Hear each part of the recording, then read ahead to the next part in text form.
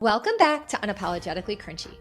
Sound is all around us, but have you ever stopped to consider how it shapes your nervous system, emotional state, and overall well being? Today, we have another great episode for you guys. We're talking with Avi Sherbill, founder of SoundRx. Avi is a sound healer and an educator who helps people heal deep rooted trauma and physical patterns through evidence based frequency healing. Using deconstructed music and pure sound, including singing bowls, gongs, and slow sound waves and vibrations, his work supports nervous system regulation, emotional stability, and deeply restorative states. Avi also trains and mentors sound healers, and he's dedicated to making these tools more accessible, practical, and effective for people who are seeking meaningful change. Today, we're exploring the transformative benefits of sound healing and how it can become a powerful support for regulation, resilience, and overall wellness. We also chat about the ancestral and historical significance of sound in architecture, community, and wellness practices. Practical ways to integrate sound healing into daily routines for both adults and children. Sound healing in education, emphasizing sensory engagement and developmental benefits for children. Considerations around the authenticity of frequency-based music on streaming platforms. The importance of training for sound healing practitioners and understanding proper methodology. And he even shares general frequency recommendations for different conditions, and so much more. This is such a good episode. It's packed with insights and actionable guidance. Honestly, we could have talked to Avi for hours. I've learned so much from his content. He is a trustworthy source, and I highly recommend checking out his Instagram account. It's at GetSoundRx. He shares so much valuable information, and he even links studies too for those of you who would like to see the science behind sound healing. He also offers sound instruments and sound bowls, and he was kind enough to give us an exclusive offer for 10% off any purchases with the promo CrunchyPod. So let's tune in. Okay, so thank you so much for being on the show. I am very excited to have you on here. So I actually came across, I've been following along with you for 2 years, about 2 years probably. Oh, wow. And Cool. it was when I started looking, well, I'm always looking into different like holistic wellness modalities. But I had found out in January last year that I had some health issues arising from the root cause ended up being chronic high cortisol. So I came across Sound Frequency, your account, and I learned so much. I swear, like, it's actually kind of changed the trajectory of my life because it's not only did I learn so much about like frequency and vibration through sound, but then I just kind of expanded on that and learned it through like so much more in a spiritual aspect. And it really changed my perspective in so many ways. And that really started with your content. So, Oh, wow. Yeah. I'm really She's excited to not have you. kidding either. Yeah.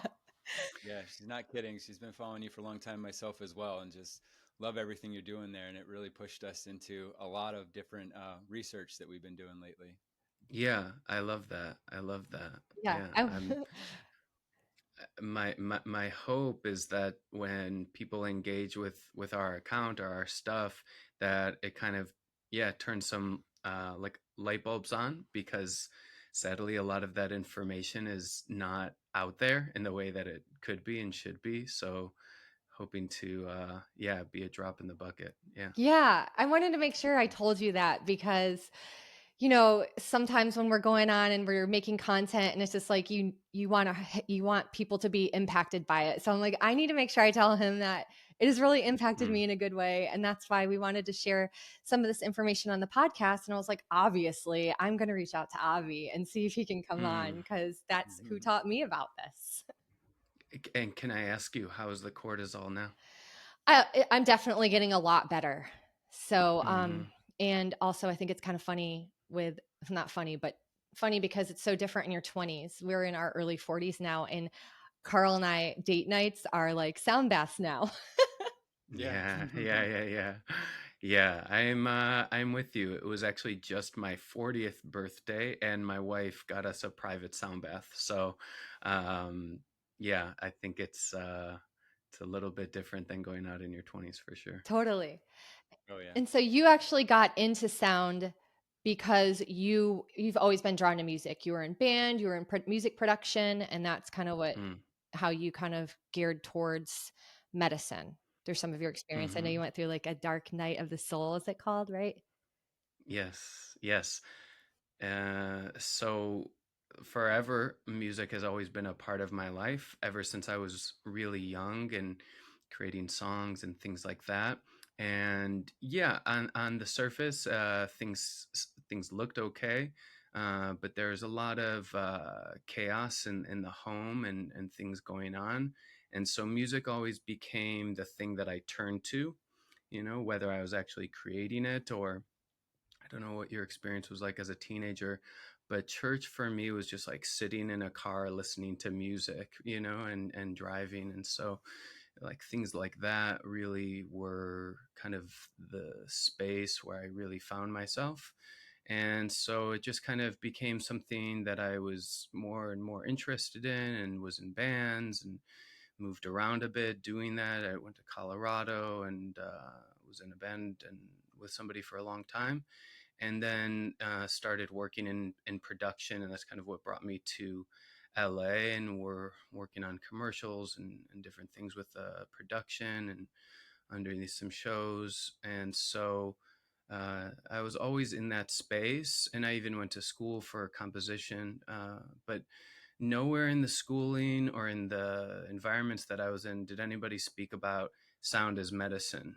It was always in a much more at least in the schools, clinical understanding of what sound was doing and just how to create compositions. And so when we're working with sound, it's where you're deconstructing music down to its essence, which is a wave, a vibration, and then how it's influencing the body and the brain. And so that isn't really talked about in schooling, and it's not really talked about in creating music. I mean, obviously there's the effects you get from listening to music, but rarely is the intention with having these certain effects on your body or your nervous system or on your cortisol levels. It's just a byproduct. So that was always my love and the environment I was in. And then yeah, like you were saying, it went through a really dark period actually as things were getting better. um, Outwardly, inwardly, I was really going through some very difficult times, just unhealed trauma, substance abuse, different things. And then it all kind of came to a head, and I lost the work that I was doing, and I had really spent a lot of time kind of trying to get there. And then yeah, my subconscious pattern was to kind of blow it all up. And so created that. And then I went through a very challenging 2 or 3 years. So when I started to kind of come out of that and try to go in a different direction through treatment and other holistic modalities, somebody who I knew said you should come to this sound healing. And so that was kind of the first time where I experienced sound being used in this way. And I felt my entire body shift. It was like my anxiety, my fatigue, my pain levels just immediately changed. And it just kind of made me really wonder like what was going on. And so it kind of I have an addictive personality for sure. So I just kind of became like tunnel vision, and I just nerded out. And then I trained pretty extensively in different areas around sound and frequency. And so that's kind of what started it off. I love that. It's cool how you always kind of have had that interest too, even before you knew that it was medicine. Because I've also heard you mention before that you learned that some of your ancestors have a history with sound as well.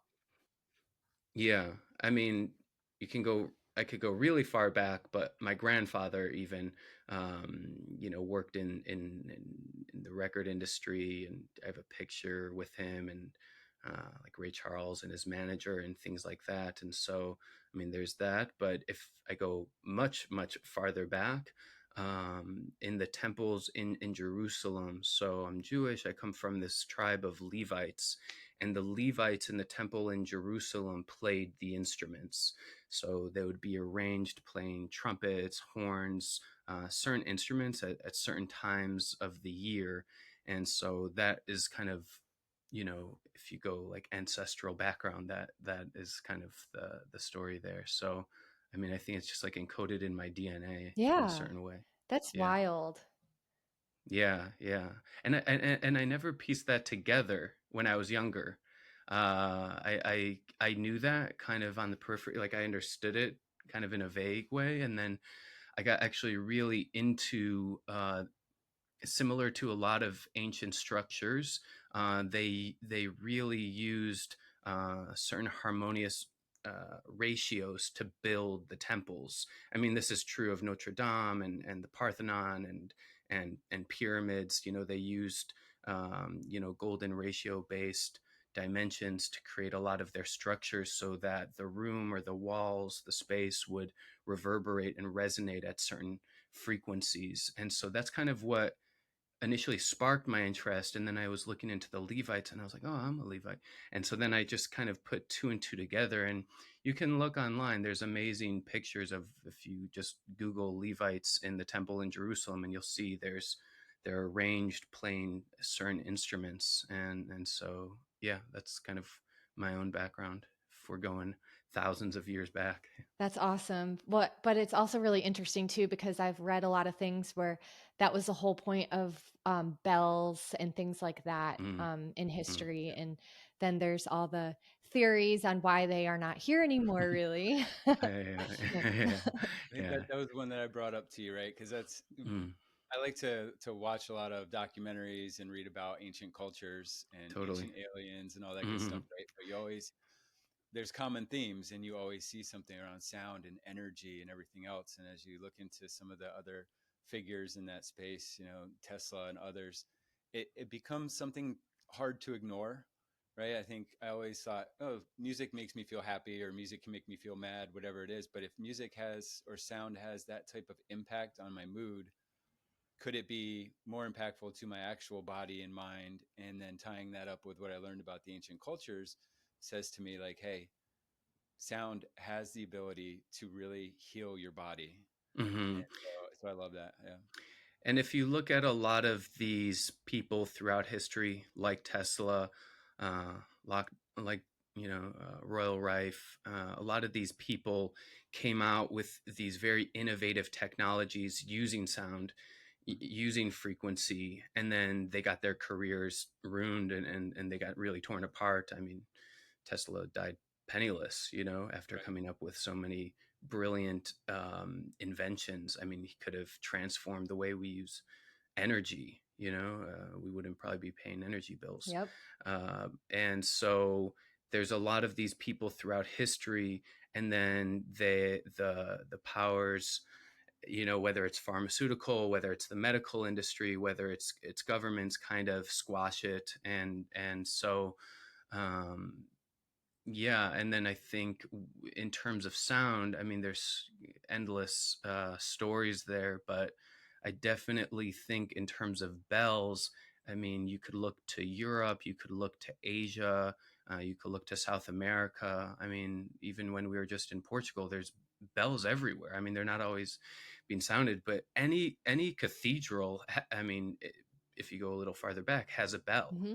attached to it, and it was kind of a time it would signal a time of day or a time to gather, or it would, I think, really signal this sense of connection in a community and a gathering space. And I think the bells, as modernity kind of took over, the bells kind of fell away, and they were no longer used or no longer built. And now we have alarms. We have like Yeah. alarm clocks, and we have notifications, and we have all of these very stimulating ways to remind us.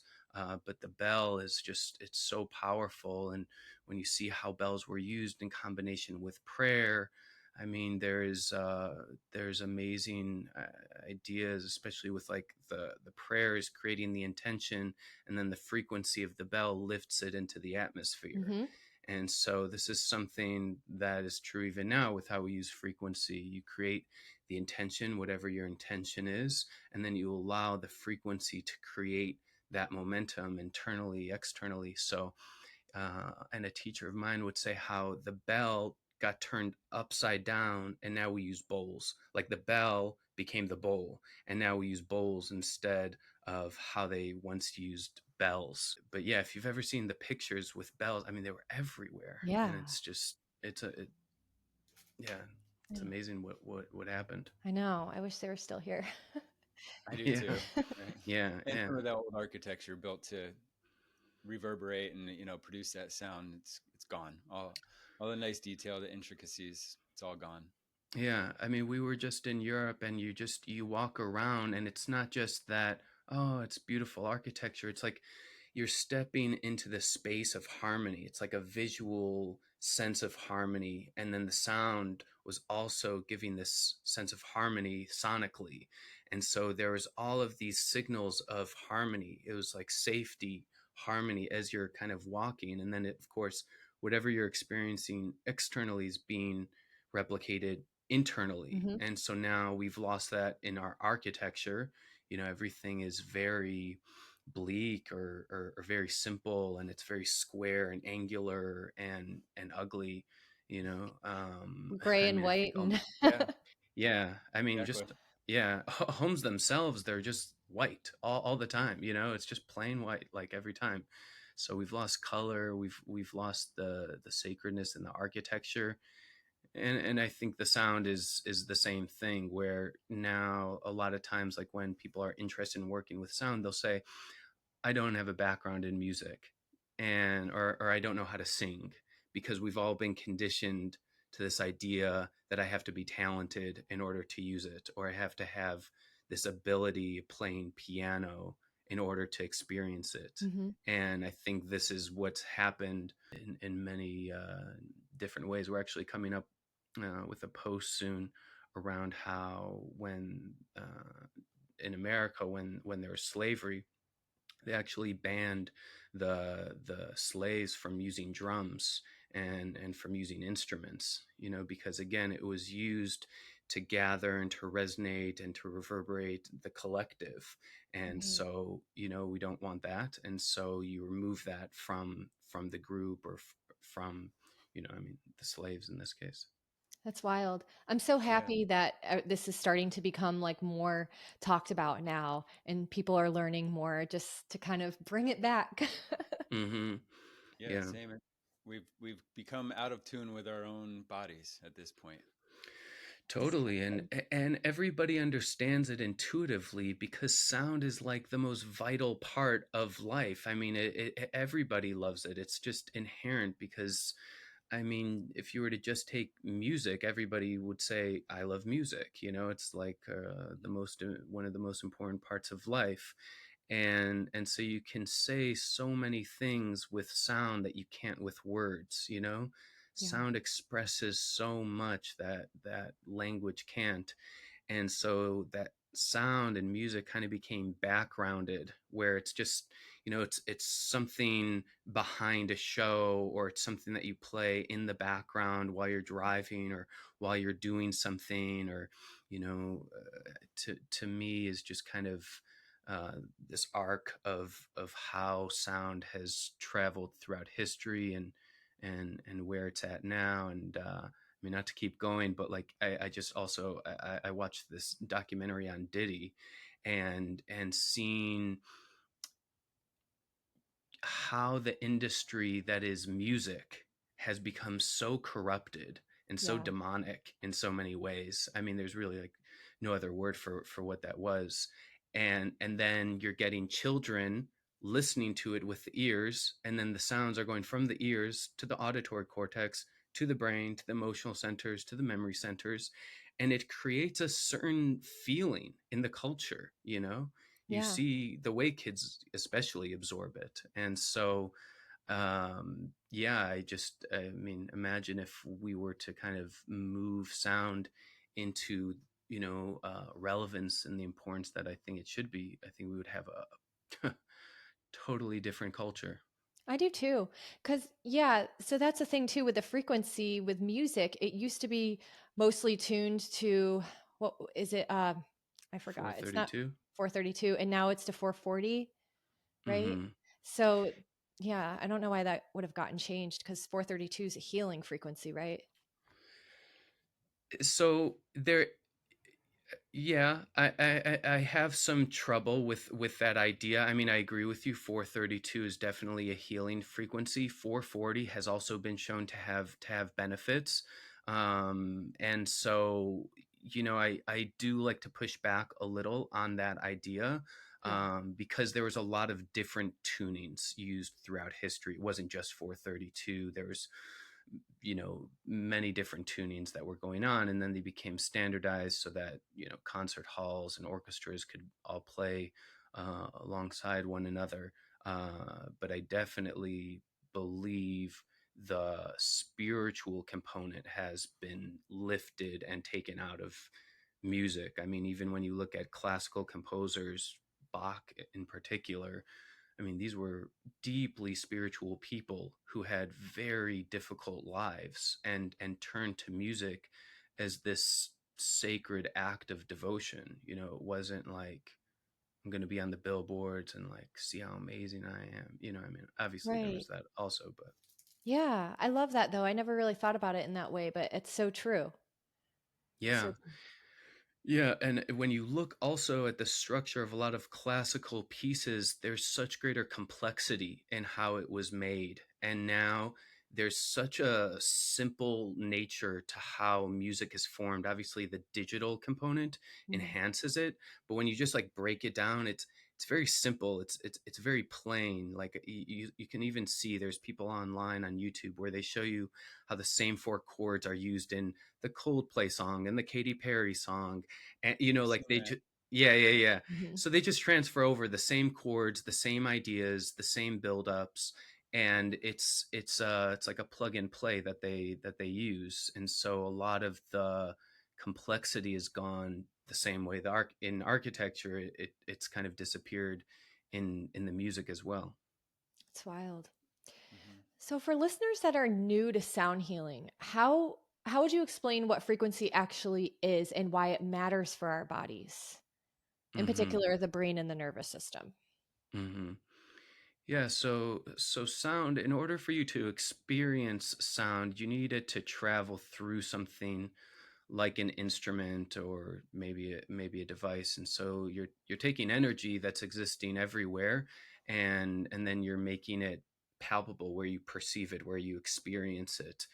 And so depending on the frequency, which is really just the amount of waves of energy per second, it'll have different effects on the nervous system and different effects on the brain. So when the brain takes in, for instance, 4 hertz or 8 hertz, tends to really slow the brain waves down, tends to stimulate more of the relaxation response in the nervous system. And then as you increase the waves, let's say you get to 500 hertz, it tends to energize or stimulate the body a bit more, because it's just sonic information. It's waves of energy. It's information. So the brain and the body have to make sense of the information that's happening. And so when we're working with frequency, we really want to pay attention to, when we're using sound in this way, frequency in this way, we want to pay attention to what effect is it having on the body, on the nervous system, on the brain. And so for everybody, it's different, because I'll work with people where they have kids who are neurodivergent or autistic. And so you'll use sound in a particular way. If you have a 4-year old, you use sound in a particular way because their attention span is pretty short. So, but then for adults, we'll also use it in a different way. And I would say for adults, what's really helpful is that sound at certain rates can downshift the brainwave states and move them into their subconscious, where a lot of patterns and beliefs are held. And so when you move into the subconscious, you're able to actually repattern neural pathways for new beliefs, new ideas, new opportunities that they want in life, because most of what's guiding life is the subconscious. And so the same time that it's doing that, the sound is moving throughout the nervous system, because we think we just hear with our ears, but our ears are actually a lot more for balance and for movement and how we orient to space and time. So when we're taking in sound, in this way, it can allow us to move into the subconscious, and we're able to repattern, reprogram a lot of long held beliefs. And then also, it's inducing a sense of safety into the nervous system.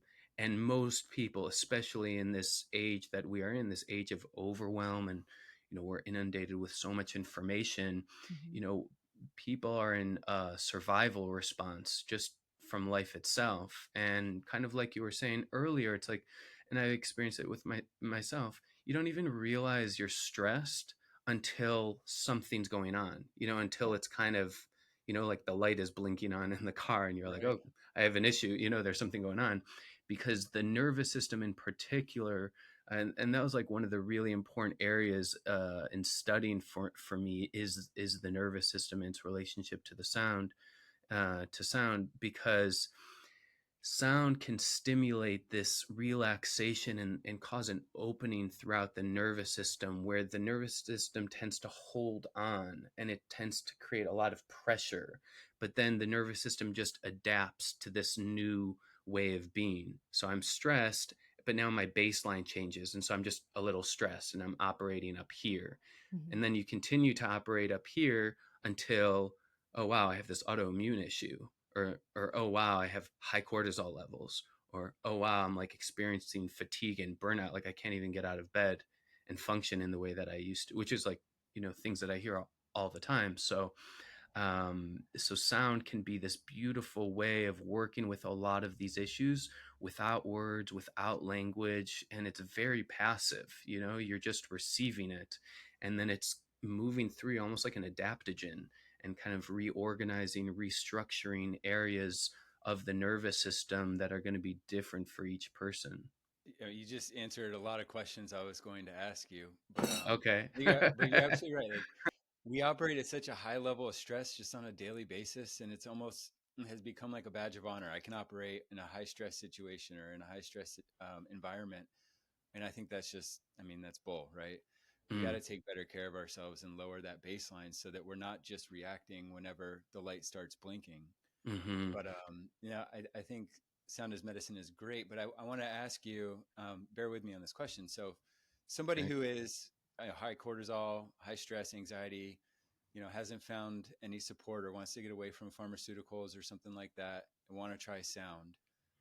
What would you suggest them to do first? And like, what would you ask them to like look for as far as like how the frequency should feel in their body, and how they should react to the situation? Like, would you say, I'll give you an example, would you say go to a sound bath and try to really relax and almost meditate, or would you suggest something different to kind of break somebody into sound therapy?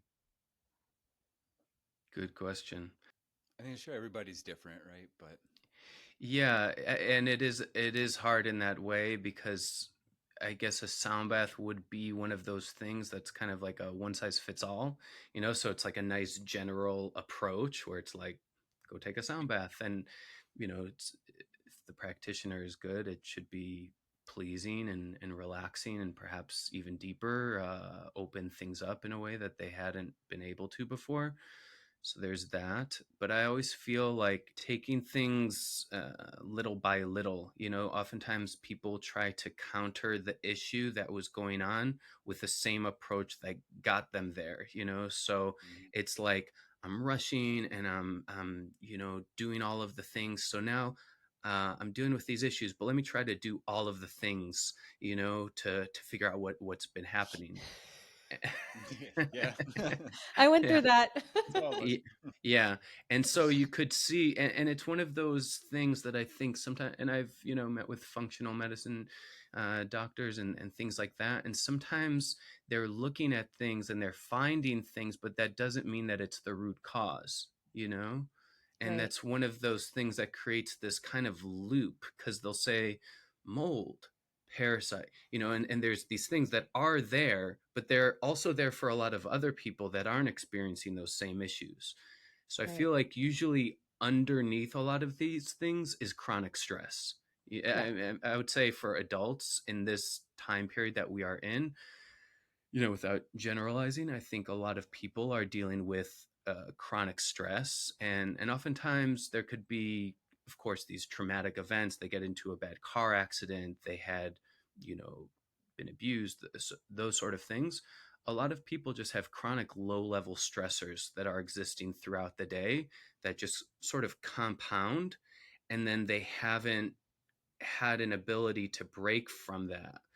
And so to me, taking in sound, like even a little bit in the morning, using certain frequencies in the morning, at night, humming in the afternoon, doing these sort of things that orient you to a place of safety and connection, where you might be used to orienting from a place of overwhelm and hypervigilance.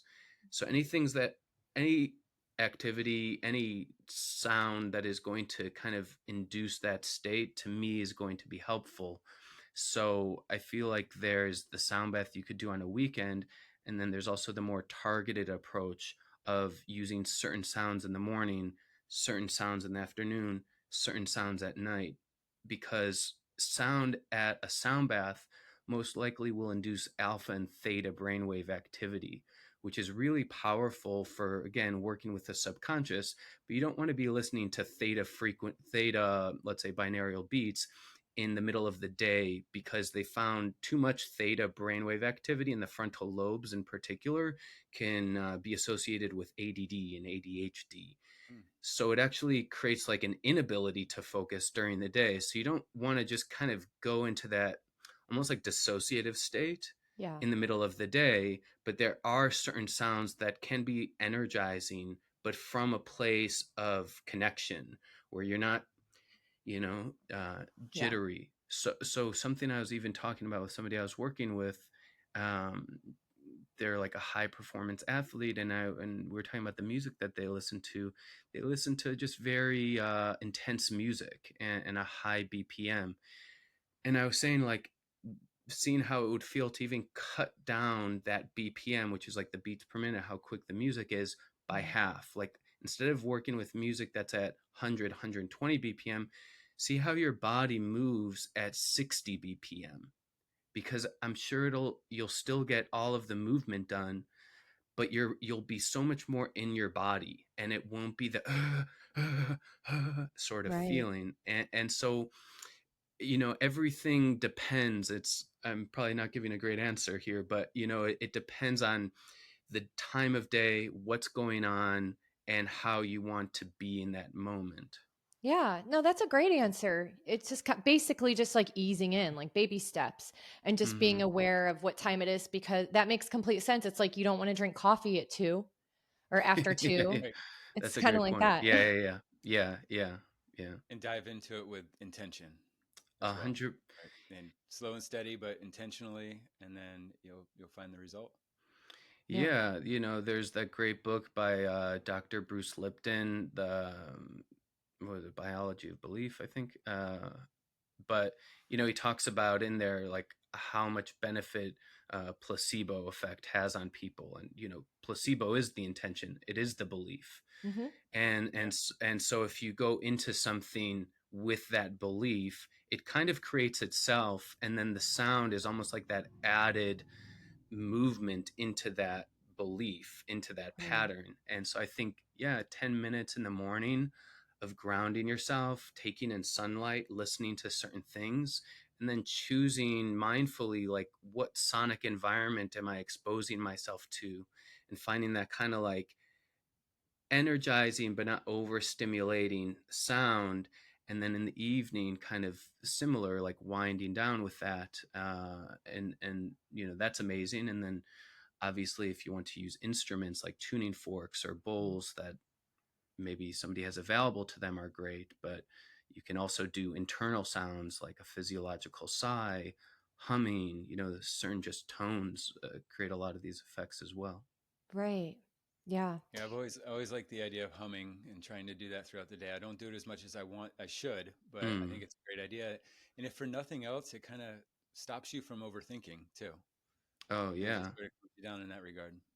Yeah, we have this great product by Muse that we kind of partner with, where it's a headband, and part of what it does is it helps induce some of that alpha theta brainwave activity, but you can also just monitor your brainwave activity while you're using it. And so before I had it, I was imagining, okay, I hum, and then kind of like the research says, like, okay, 5 minutes in, you start to get that alpha theta brainwave activity. But after using it on myself and other people, it's almost like in 30 seconds it starts to happen. Wow. And so when you're going into those states, part of what happens is your TPM, your thoughts per minute, get cut in half as well. So Mhm. that's why a lot of times we experience a lot cleaner and clear line of thoughts, or thinking, because the thoughts have, greatly reduced. Yeah. Right. Carl always says that when he hums that he can't think. Yeah. Mm-hmm. Yeah. Slows Yeah. it down. Yeah, no, I'm with you. It's almost like a jog, where whatever issue you had before you go jogging, you don't have after. It's similar to like humming and these sort of practices. It's like, yeah, like I don't know what was wrong, or like Yeah. whatever the problem was at that moment. Yeah. All of a sudden, I it's love not a it. big deal. Yeah. Well, I it love that. probably isn't a big deal. Exactly. Right. We're just in a dream. That's what I always tell myself. I'm like, does this really matter? We're just living a dream. Yeah, probably. Uh, True. Yeah. so what are some common signs that someone would experience when they are exposed to a sound frequency that really resonates with their well-being? Of course, calmer thoughts, but is there anything like physical or anything else that's pretty common that you hear people say? Yeah, so the same way we're talking right now, I'm using my words, I'm using my voice to signal certain ideas, or certain thoughts. But there's also something that I talk about in trainings, which are the somatic signals, which is how your body is talking. And these are things that we're not as attuned to and don't pay attention to as much. And so there's a lot of subtle things that happen that you may not have noticed because it's not something you're paying attention to in your day to day. But a lot of things happen internally and then get expressed through the soma, through the body.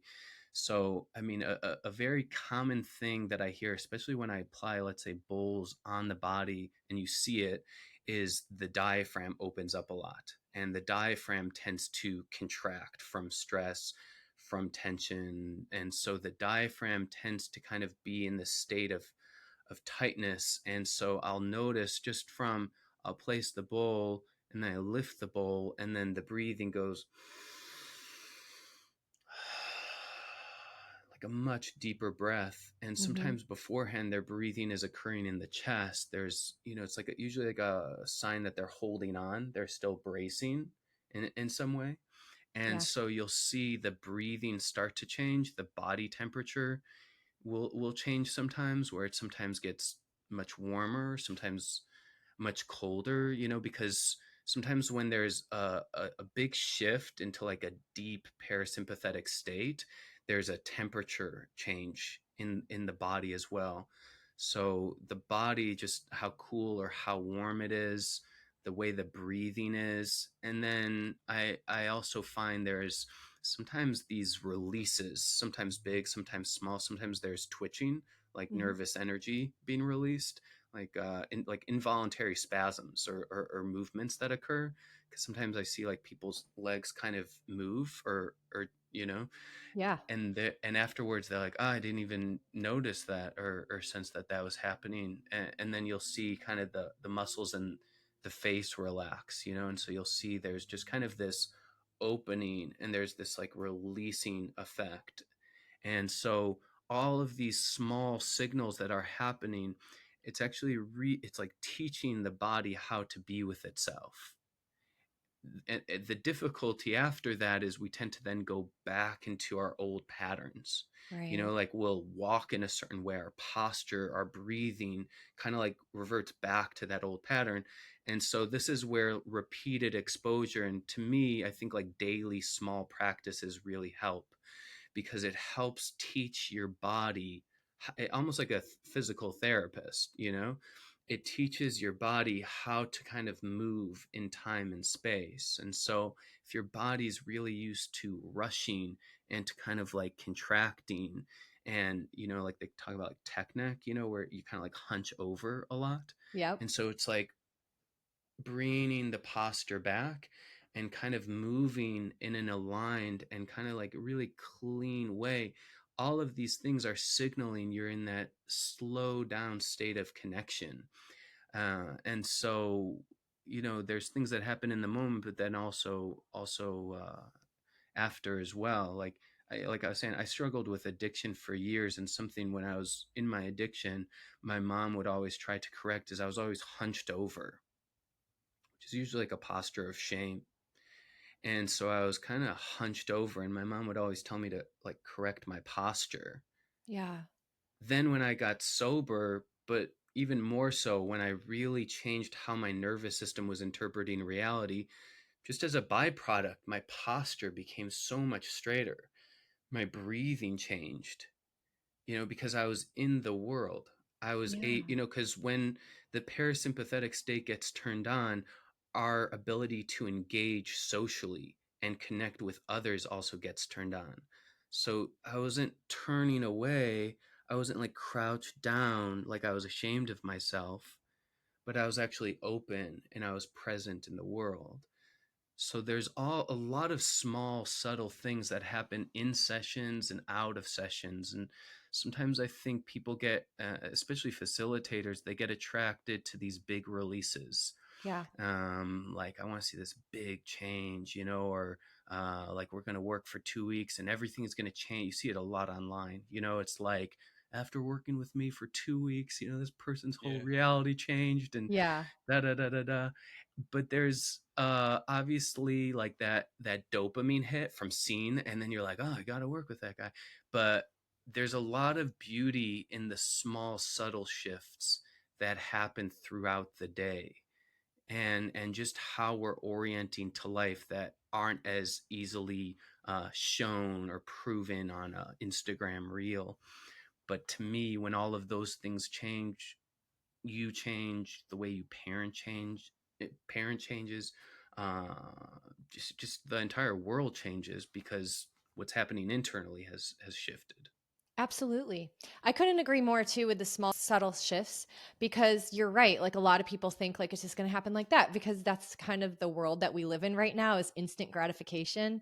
Mm-hmm. And it takes time. And also, like you were mentioning too, neuroplasticity is basically what is happening in the brain. And that is based on repeating, repeating, repeating.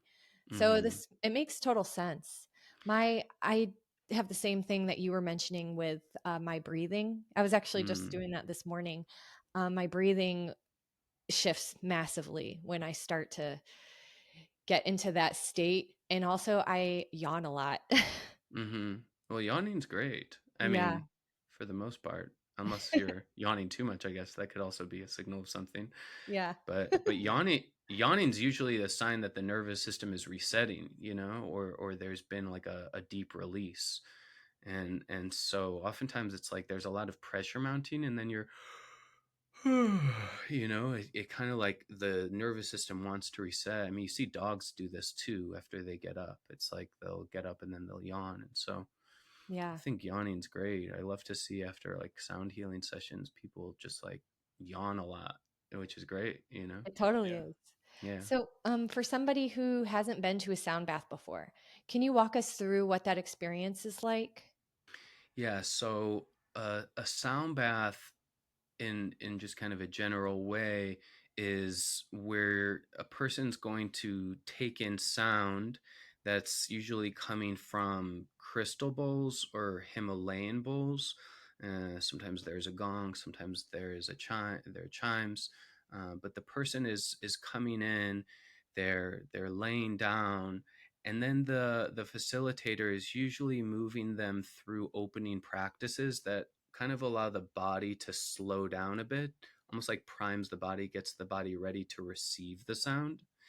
And it puts the body into a much more receptive state of what's about to happen. And then the person, perhaps there's a meditation, breathing, toning, anything at the beginning. And then they move them into the sound of the crystal bowls or the gong. And these instruments, these are multi-frequency instruments, so there's a lot of sound that is being produced by these instruments. And what happens is it creates these naturally occurring binaural beats, and so it is like the sound is ping-ponging throughout the room, and it starts to slowly shift the state of the brain and also the nervous system. And then people tend to move out of their normal conscious state, normal linear rational thinking, and move into a dream state. And in that dream state, there is a repairing that occurs in the nervous system and also in the brain. And so people are processing things somatically, neurologically, and it is happening in a way that is meant for them, because each person is going to, the sound is going to move where it needs to for each person. And so it'll travel through their nervous system and really bring the body back to homeostasis, where a lot of the repair happens. So the body can't really repair itself if it's in a survival state. Right. And so you need to drop the body down into that state to begin. And so then you take that journey through that experience, and then hopefully the facilitator brings them back and allows them for that integration where they're processing and kind of bringing into completion whatever they had experienced. But for some people, like I've seen working in mental health, working in addiction, and just some um, more severe cases, sometimes people are moving through some really deeply traumatizing episode. And a lot of what we call trauma is a person's inability to process or integrate an experience that happened to them. Mm. They didn't have the capacity to. And so a lot of times sound is inducing a state that allows them to process and integrate a moment or an episode that they have been through in life, that's probably causing some uh, you know deep effect in how they are in their life and their world and their body. It's so wild. It's just like sometimes when you're going through this, you think you need like this huge, complex healing plan, but sometimes it's just the simple things that To Yeah. can. go within. And I also feel, especially online, it's it appeals to that anxious part of us, that thing we need, like, to totally change every aspect of our life, and we get very neurotic with it, and Mhm. again, it's like we're bringing the same mindset that we had that caused the issue to the healing of the issue. and, Right. and so I do think, like, approaching things really simply is helpful for a lot of people who overcomplicate things and intellectualize a lot of their problems. I do. I I agree too. 100% agree with that. Simplifying is the key, right? And this high working with such high levels of stress, it can cause immune problems, a lot of other issues, even cognitive function Oh problems. yeah. And I know, like, sound as a vibration, like on the flip side, I guess we're kind of getting there, but it can actually help you repair your cells. And I think that's kind Hmm. of saying, hey, it's putting you back into that state of homeostasis, like letting your body be what it actually is, and use the power it has to help repair and heal itself. And through some of the content I've read of yours and other research, I definitely feel I'm interested. Like, how does sound influence cells to repair themselves, or like how can, for example, a certain frequency help you sort of detoxify your brain or remove toxins from your brain? Something like that. Hmm. Yes, I mean, the cells are interesting because just how many cells we have, trillions and billions of neurons. So, I mean, it's like there's a lot that the sound is interacting with. And so there's the cell walls that can change because stress and, toxic, I mean, there's a lot of toxic things that the body takes in, and it causes the cell walls to change. And so you see in images that the cell walls, when the body is stressed or there's toxic overload, it looks like disorganized and incomplete and like a blob almost. And you Hmm. see just after sometimes an hour of taking in sound, the entire structure of the cell walls change. And then you see like parasites and toxic like debris being taken out of the cell. So if it's occurring in one cell, it's occurring in all of the cells. And then there's the mitochondria that it's also helping with, the powerhouse, and even down to there's I think it was 2017 research done through uh, biomedical engineering researchers at Columbia University, where they found the primary cilia, the antennas on top of the cells, that they actually they move, they vibrate on all the cells. And when the body is stressed, they move almost like tuning forks really quickly, because that's what the body does. It either goes into that state of hypervigilance or Mhm. survival response. Right. And so they found that these little antennas on top of the cells, that they actually respond to sound, and then they start to slow down. And so that will slow down, and they'll change the health of the cells, and also allow for the body's natural repair system to operate in its most optimal way. Because if there's like cancer cells but the entire body's out of whack, then the healthy cells can't mount an attack on the cancer cells. And this is why they say cancer doesn't appear in the body overnight. Somebody gets a diagnosis of lung cancer, it's not like, wow, in the last week you got lung cancer. No, you got lung cancer cells building, creating these symptoms that were then diagnosed over a period of 10, 15 years. Hmm. Yeah. And so Mhm. this is why, I don't like to always say that we're going to cure something. You got to be really careful with Yeah. the Yeah. words that you use. But I will say that it will put the body in a state that will allow for its repair system to operate in the most optimal way, so that it'll prevent a lot of those things that, if not addressed, will create these more terminal issues. and Right. and so yeah, and there's a great book, The Healing Power of Sound, by Dr. Gaynor, another figure if you want to go down a rabbit hole looking into what happened to Dr. Gaynor's yeah. So I'm gonna buy um it today. Yeah, I'd say we'll definitely go down that rabbit hole. yeah, so the book is amazing, and he's a researcher and doctor, and he worked with a lot of terminally ill patients, cancer patients, and used the voice and used crystal bowls, and was just so ahead of his time at addressing these things in a holistic way, but through um, the system essentially, and yeah, and then died, and it was said to be a suicide, but a lot of people who knew him, had another story of what happened to him. And so again, it's these figures that try to create change and try to create this big momentum against the pharmaceutical industry that's prescribing everybody everywhere. And man, the kids in particular. And then, like I was saying, I worked in addiction for a while when I was starting this. Not to get too off course, but the amount that gets prescribed to people who have a problem with pills, and then they give them pills because that's what their insurance allows for and how the treatment center gets paid. And so the idea that perhaps instead of giving people who are trying to recover from drugs more drugs, and instead of giving kids methamphetamine light so that they can pay attention to more, we had these ways of recalibrating their nervous systems in a really natural way. I mean, that would just change the way humanity looks.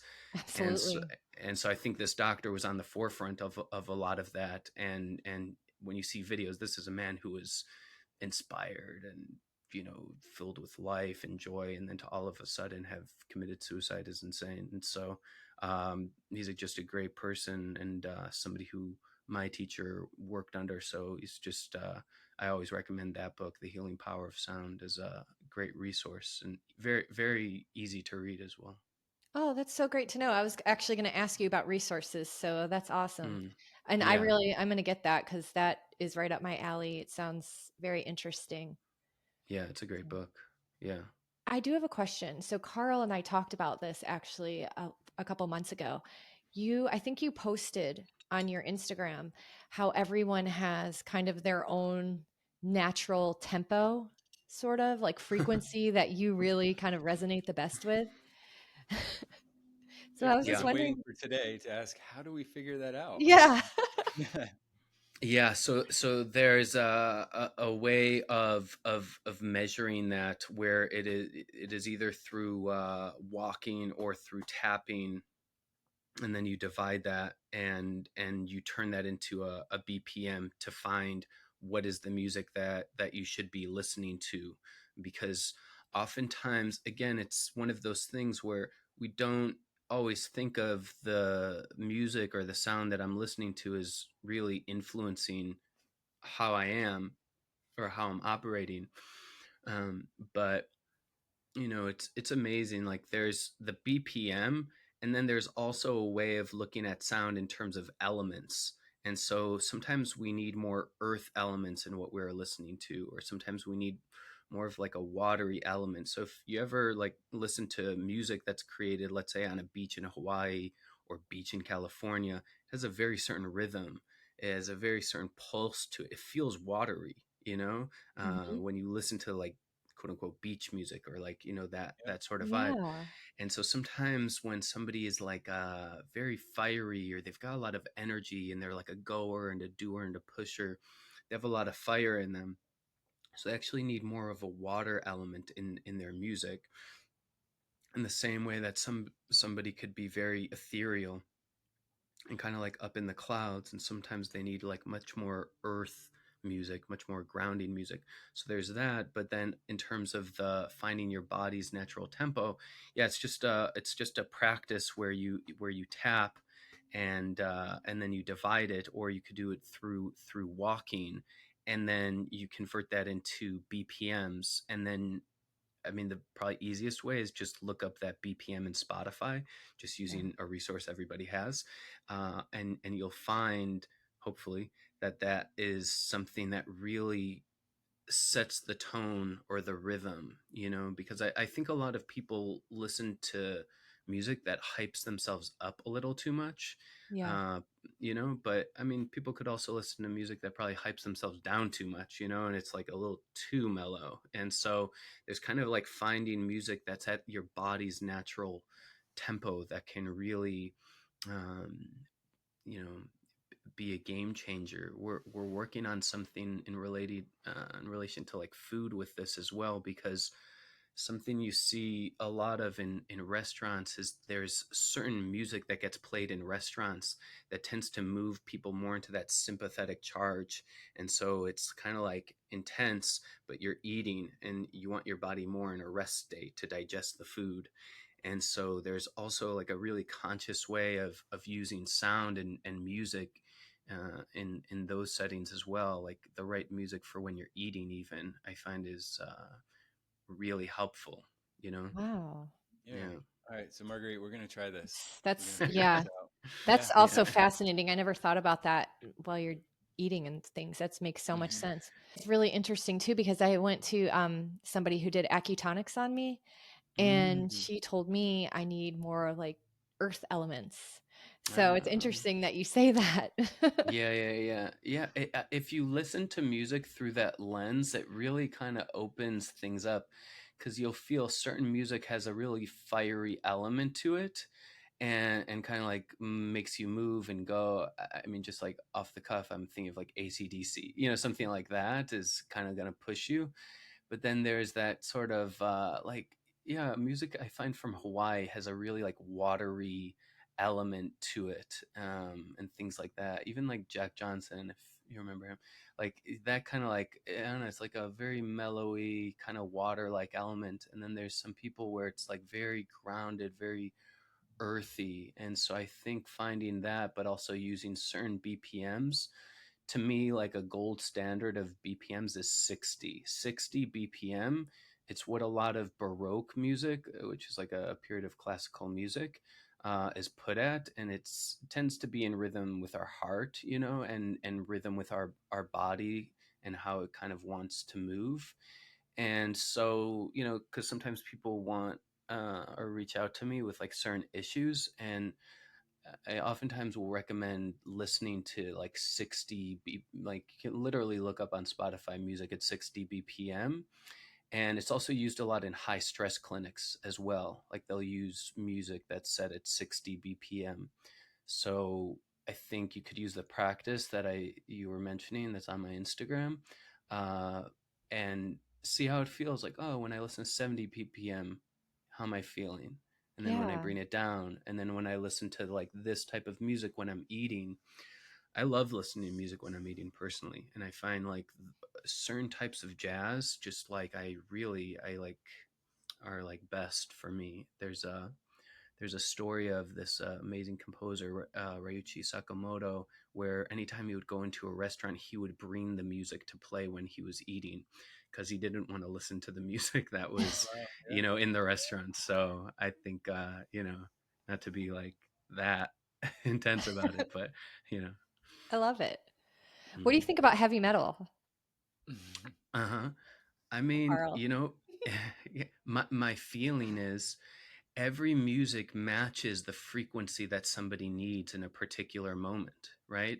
And sometimes we need that heavy metal because it's like matching that level that we want to be at, or Mm. like that we're at, because that question actually I've been asked a lot because people will sometimes be like, thinking, well, heavy metal shouldn't, we shouldn't listen to heavy metal. But I actually think it can be really helpful. Like when you look at teenagers, for instance, teenagers, let's say they listen to like really intense music, and it's like, oh, I don't want my teenager to listen to that, but it's actually matching where they're at. Like that's what they need for that release, for that frequency to match where they're at. And that's what I was saying. It's like you don't always need to listen to like super mellow music and healing frequencies and crystal bowls, to heal yourself, because sometimes you need like, you Yeah. need that like intensity and that fire to match what you're going into, or like where you're wanting to be. So like before I do certain things, I like do certain movements that would probably look crazy to somebody, and I listen to like really intense music sometimes as well, because it like puts me in that state, where Yeah. I'm like operating at that level. I don't need to be too like, you know. Yeah. Now, heavy metal for me has always been one of those. So, like, I don't listen to it all the time, not exclusive to it, but there's times where I want it. I know how it's going to make me feel, and it really gets me in that right spot for whatever it is I'm doing.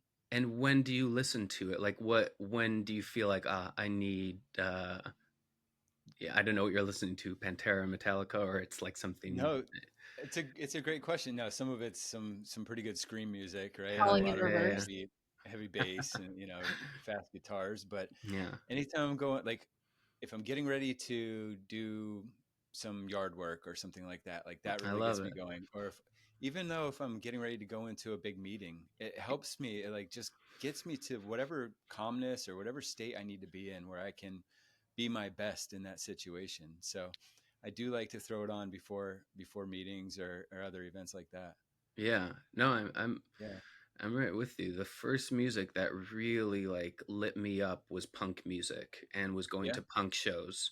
I mean, that was like my first time where I was like, whoa, that was Yeah. something. And When so you just, see it live, you come out of oh, it invigorated. That's how I feel anyway, because you can feel it. There's just the energy of the crowd. It just really makes me feel. For me, it makes me feel good. yeah, yeah, exactly. And this kind of like goes back to what I was saying, where it's like it's not a one size fits all, and even different times of day and for different purposes. To me, it's just kind of looking at sound through the lens of it being medicinal. Mhm. And then it's almost like, you don't want to take a CBD gummy, at the wrong time, and you're too and you don't want to Yeah. drink coffee at 2 p.m. Everything in the right way at the right time, I think is really important. I just think sound has been backgrounded and seen as something unimportant in a way when it could be one of the most important things, in our life. Oh, I totally Like, agree. yeah, like many things, we've kind of lost sight of what really helps, Yeah. right? Yeah, I mean, we're speaking about sound, but this could be applied to food and water. I mean, anything that, but yeah, 100%. Totally. So for somebody who has like a really busy schedule, what are some really easy ways for them to incorporate sound into their lives? Yeah, I think a really common thing, especially early on in the healing journey, is we kind of shame ourselves into not doing all of the things that we should be doing. And we tell ourselves, I'm going to meditate every morning, and then a month goes by and you never meditate. And so I feel like making it bite size and approachable and things that you can do, uh, especially, I'll get to your question, but especially with kids. Like, I think kids, it's so nice when you introduce sounds to them, but it doesn't need to be that they're laying in a sound bath. Like, you could just play certain sounds and ask them how it feels. Like, how does your body feel when you're like moving to this, and how does this make you feel? Hmm. Like, because kids are like the most vibrational beings that there are. They're so in tune. They're, if you see, it's like the brainwave activity of kids, especially in that age, the 3, 4, 5, 6, they're in a dream state. They're in that like really like beautifully like receptive state. And so I think it can be so helpful to just show kids, like I'll show them, even like I play a bowl or I play a drum, and then I say, like, put your hand right there, like, how does that feel? It's like, oh, it feels crazy. Oh, I really like it, or it sounds really good. And it starts to get them in tune with like sound as this big important aspect of our life, and not just something, behind a Coco Melon show. And so I think that's really nice in terms of just adults and people throughout the day that are busy. I would say humming, like we just spoke on, can be really amazing. I mean, when you see its benefits with nitric oxide levels, and how much it increases, which oxygenates the blood and really opens up the blood vessels. Really helpful, just antiviral, antibacterial, really really nice. I would also say tuning it. I would say a lot of voice related things. If you're just kind of you don't have instruments and you don't have access to, like, a lot of like frequencies and things like that. Just using the voice in certain ways. There's a practice that we do around turning into whatever you're going through, whatever you're experiencing, turning that into a sound with the voice. And so sometimes the voice just wants to but then sometimes, like, I've worked with kids sometimes with stuttering issues or anger issues and things like that, and I have them try to access that anger or access what you're feeling. And so sometimes doing that, like releasing what you're feeling from the body, like women in particular, I find, have this very uh difficult relationship with expressing anger. Hmm. And so sometimes, like, releasing and releasing like that anger from your body through your voice, through your body, is really beautiful. And so sometimes just tuning into that can be really nice. And then if you have tuning forks, those can also be really helpful. And tuning forks at certain points on the sternum, beneath the collarbone, gallbladder 20, on the occiput or behind the occiput. These are really nice places to stimulate the vagus nerve, so throughout the day. I mean, you could even tap these areas really, but the vibration in particular is really nice. So, like, humming and tuning forks. And then, like I was saying, just consciously listening to certain sounds at certain times of day. So, like, the right sounds at night, the right sounds in the morning, the right sounds when you're eating, I find just will really get you on the path. So I love how you were just saying that about the anger and the because I do spinal analysis. It's a form of chiropractic. Mm-hmm. And like this was last Monday. She was telling me like it's chaotic right now. It's during the holidays. If you're frustrated or anything, use sound, go into the bathroom and just like cough. She was like, cough a lot. She was like, the Mm-hmm. sound in releasing that will help you. So it's Mm-hmm. crazy how you just said that because I'd never heard that before. Yeah. Of course, humming and chanting, but I never would think to go and do that. So that's awesome. Yeah. Really, And you go ahead, Carl. I was just saying a really great idea for children too. Yeah. Like we encourage our kids to speak up and just say exactly how they feel. Like no judgment. You don't have to be right or wrong, but like, what are you feeling? But to encourage them to make a sound that they feel that, or how they're feeling, I think is an awesome idea. It totally is.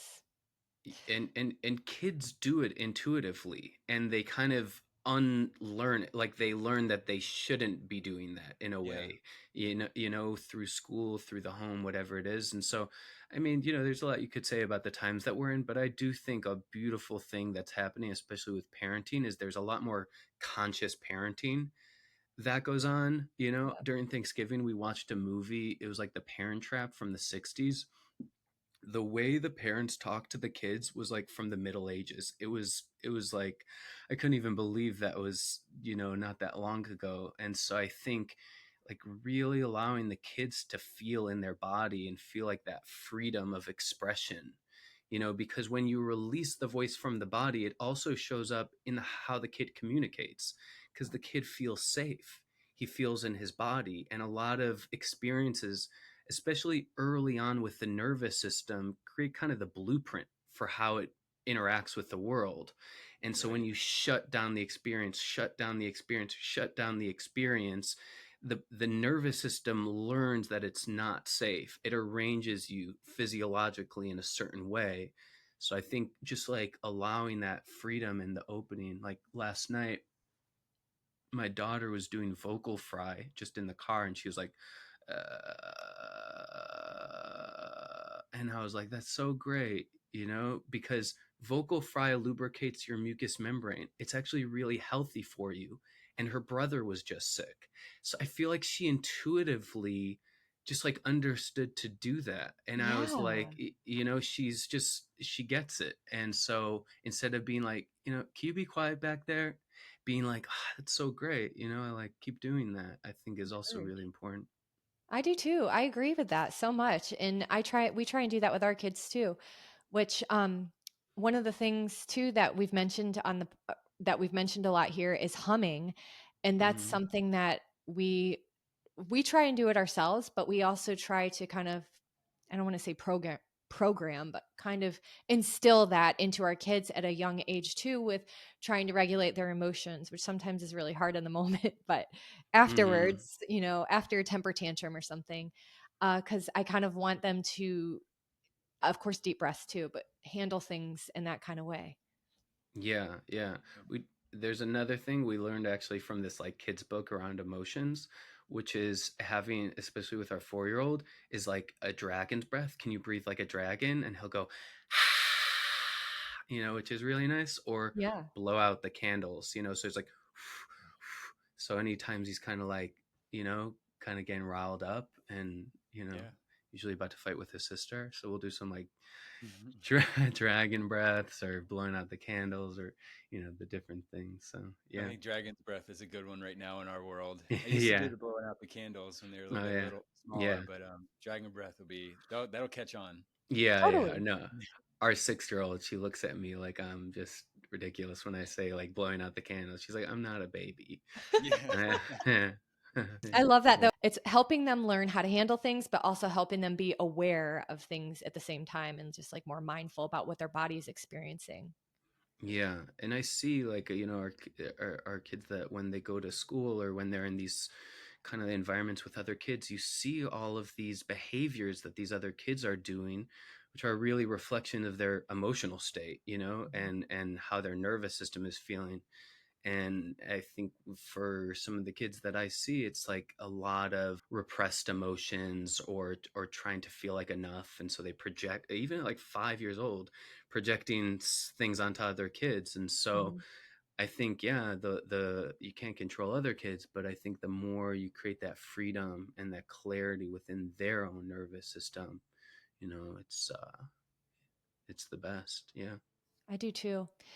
We've talked about some ways to incorporate sound into our lives, and that would a lot of that would be for children too. But what about for you mentioned school, like teachers? What are some good ways Mm. to incorporate that in the classroom? Like instead of like a I don't even know if they do timeouts or something in school, but just a way to replace some of those things with sound instead of other things that they're doing, Yeah. punishments or Yeah. Well, obviously, a lot of the educational systems and approaches are usually backwards in terms yeah. of like correcting behavior. And so, of course, it's like the moment they're acting out, you isolate them when they actually need connection, you know? Hmm. And so, I mean, yeah, I would have that all the time. They're like, because I was a troublemaker myself, you know? And so, so they would always put me in timeout when what I was really needing was like attention, you know, Yeah. but in a particular way. You know, what we talked about was bringing out a bowl or tuning forks, and just it because with kids it's a much more about like the sensory stimulation Mhm. than it is that you're ever going to get kids to sit quiet and close their eyes for 10 minutes, Right. but they can feel the vibration, and so you make it more of like sensory play, you know. And you know, a lot of the best ways for to increase neuroplasticity is through play. And so I think when you play things, ask them how it feels. Was that fun? Was that too much? You know, and let's do that. And this time we're all going to do an ah sound. So I'm going to play. Everybody take a big breath. Ah. And so you're like, always reflecting back to them, how is this experience, as opposed to like we're now going to sit in a 20-minute sound bath and everybody's going to close their eyes, you know. Yeah. So I think with kids it's much more about that engagement and turning it into like a fun activity to do. And I think with teachers, you know, I mean, one of the probably most difficult jobs there is, I think it's for them to also regulate, you know, because there's a lot of energy that they're taking in. And so I think, you know, for the teachers being able to turn to like a humming practice, or they have a tuning fork, or they're learning just these different ways of releasing physiologically what's going on, can also be really nice. Yeah, totally. It's good Yeah. for everybody. Yeah. It's just like any I just was reading something too earlier. It was I think this is today or yesterday where or it might have been in our EMDR podcast we were talking about. She's like you have to make sure that your therapist has a regulated nervous system so they can help heal you. Because if Hmm. they don't have a regulated nervous system, then how can they help you regulate yours? So it's Hmm. kind of the Hmm. same thing for a teacher. Yeah, and if for me, like I see with a lot of people interested in facilitating this sort of work, they've usually gone through a really difficult journey in their life that led them to this, and so it's usually a lot more embodied than sometimes. You know, when you're in a clinical setting, they may understand things clinically, but they don't always embody or understand it uh, at the way in the way that you're needing, you know. And Yeah. so, you know, like I say it in trainings, but it's like you can only meet others where you've met yourself. So Mhm. if I know it within myself, I know it within another, you know. So if I've been Right. through this thing, I can notice it and empathize with it with another, because Absolutely. otherwise there's judgment and there's, you know, other things. Totally. Agreed. Are there specific types of instruments or sounds that resonate better specifically for children, or does it really matter? It's just kind of the same as an adult? Yeah, so there's certain instruments that create different effects, and have different responses. So there's, let's say, bowls. Bowls are multi-frequency instruments, so there's usually a lot happening sonically. And I know for kids, just because I've worked a bunch with kids dealing with autism, so there's usually like a sensory processing disorder there. So that can be really sometimes overstimulating for certain kids. Mhm. And so I find low tones, grounding instruments like drums can be really nice, because like the lower the frequency, The more grounding it is, usually the slower the wave is. So it's like less sonic information. And so it's just like much easier for the nervous system, especially early nervous systems, to take in. So I feel like drums are really nice because they can also kind of strike them without you worrying about them breaking. Hmm. So I find drums are really nice. I'll play bowls. I have like all these bowls around me, and I'll sometimes bring bowls and put them on their hands, and I'll vibrate it, and then I'll ask them how it feels, and they're like, "Oh, I feel it like traveling through my body," you know. Yeah. Or I mean, it depends on the setting, but like sometimes you can place it on the chest and ask them how that feels, or just bring it to their ears. So those are nice, and depending on the age, tuning forks can also, um, you know, be really helpful. But yeah, it just depends on if there's underlying issues like going on, or like any neurodevelopmental issues. So usually, if there's anything going on there, I try to refrain from the face and from the head, and try to work with lower areas of the body. But without that, and most of it is just like the most important thing when you're working with sound as a facilitator is you're attuning to what's going on in the moment. So you're just kind of like sensing what feels right, what feels safe. And so usually like lower tones, more grounding instruments tend to help. Yeah.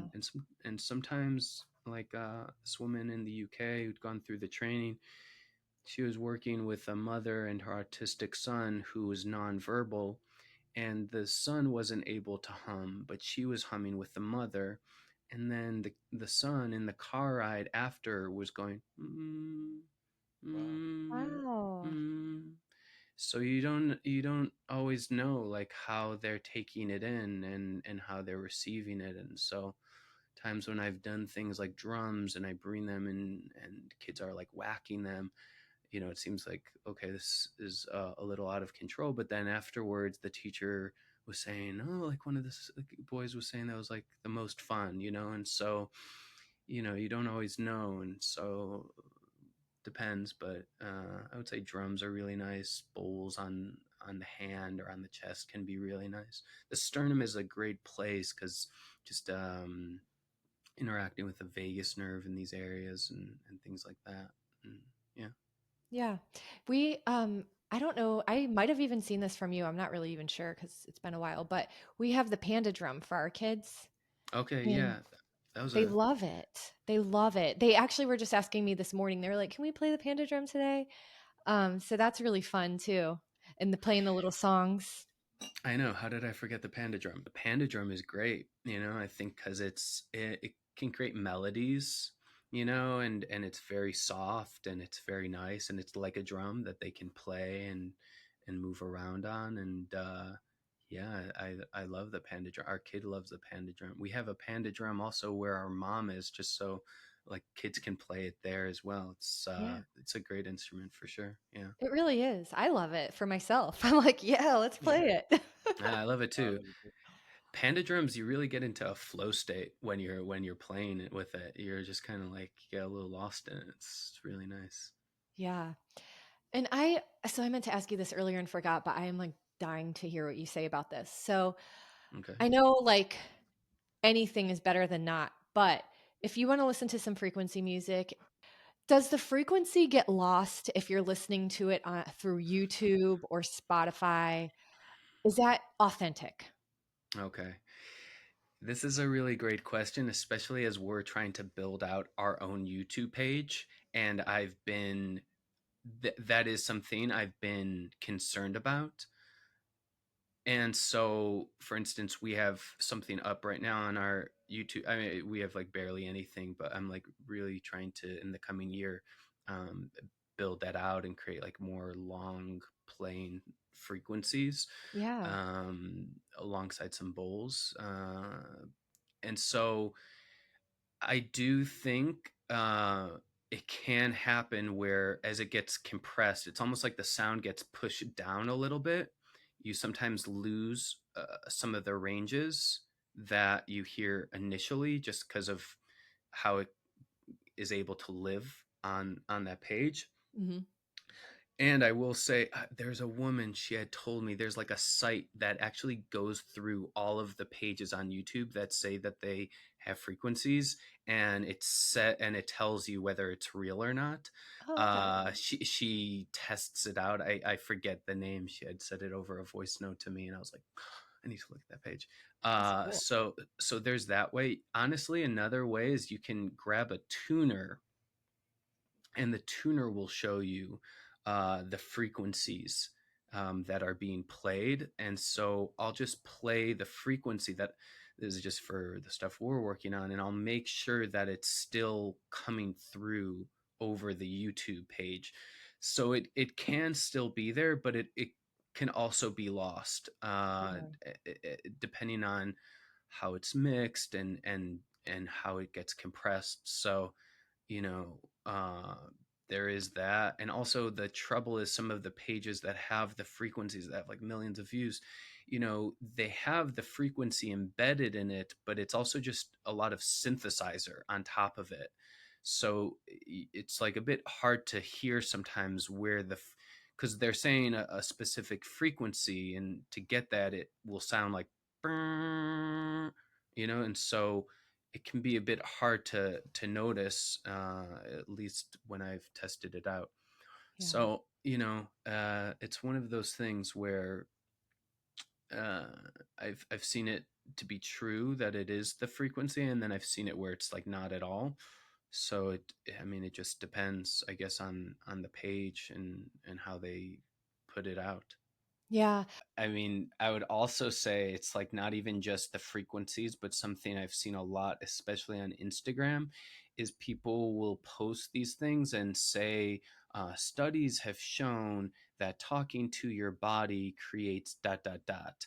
And this is actually like one thing I was like talking about with my wife who works on, our SoundRx stuff with me. And we looked into it, and there was no actual study that was cited. It was essentially made up, and given off as a study. Like it just said, studies have shown. Another like common thing that I've seen some really big pages put out there is like the frequency of fabrics, which is Yeah. totally been debunked. And so we always cite the studies in the posts, Mhm. and when we refer to them, and that's not to say that something isn't true because it doesn't have a study associated Right. with it. There's that idea of, just because there's evidence of absence doesn't mean that there's absence of evidence. It's Right. like, just because there isn't a study doesn't mean something isn't true per se.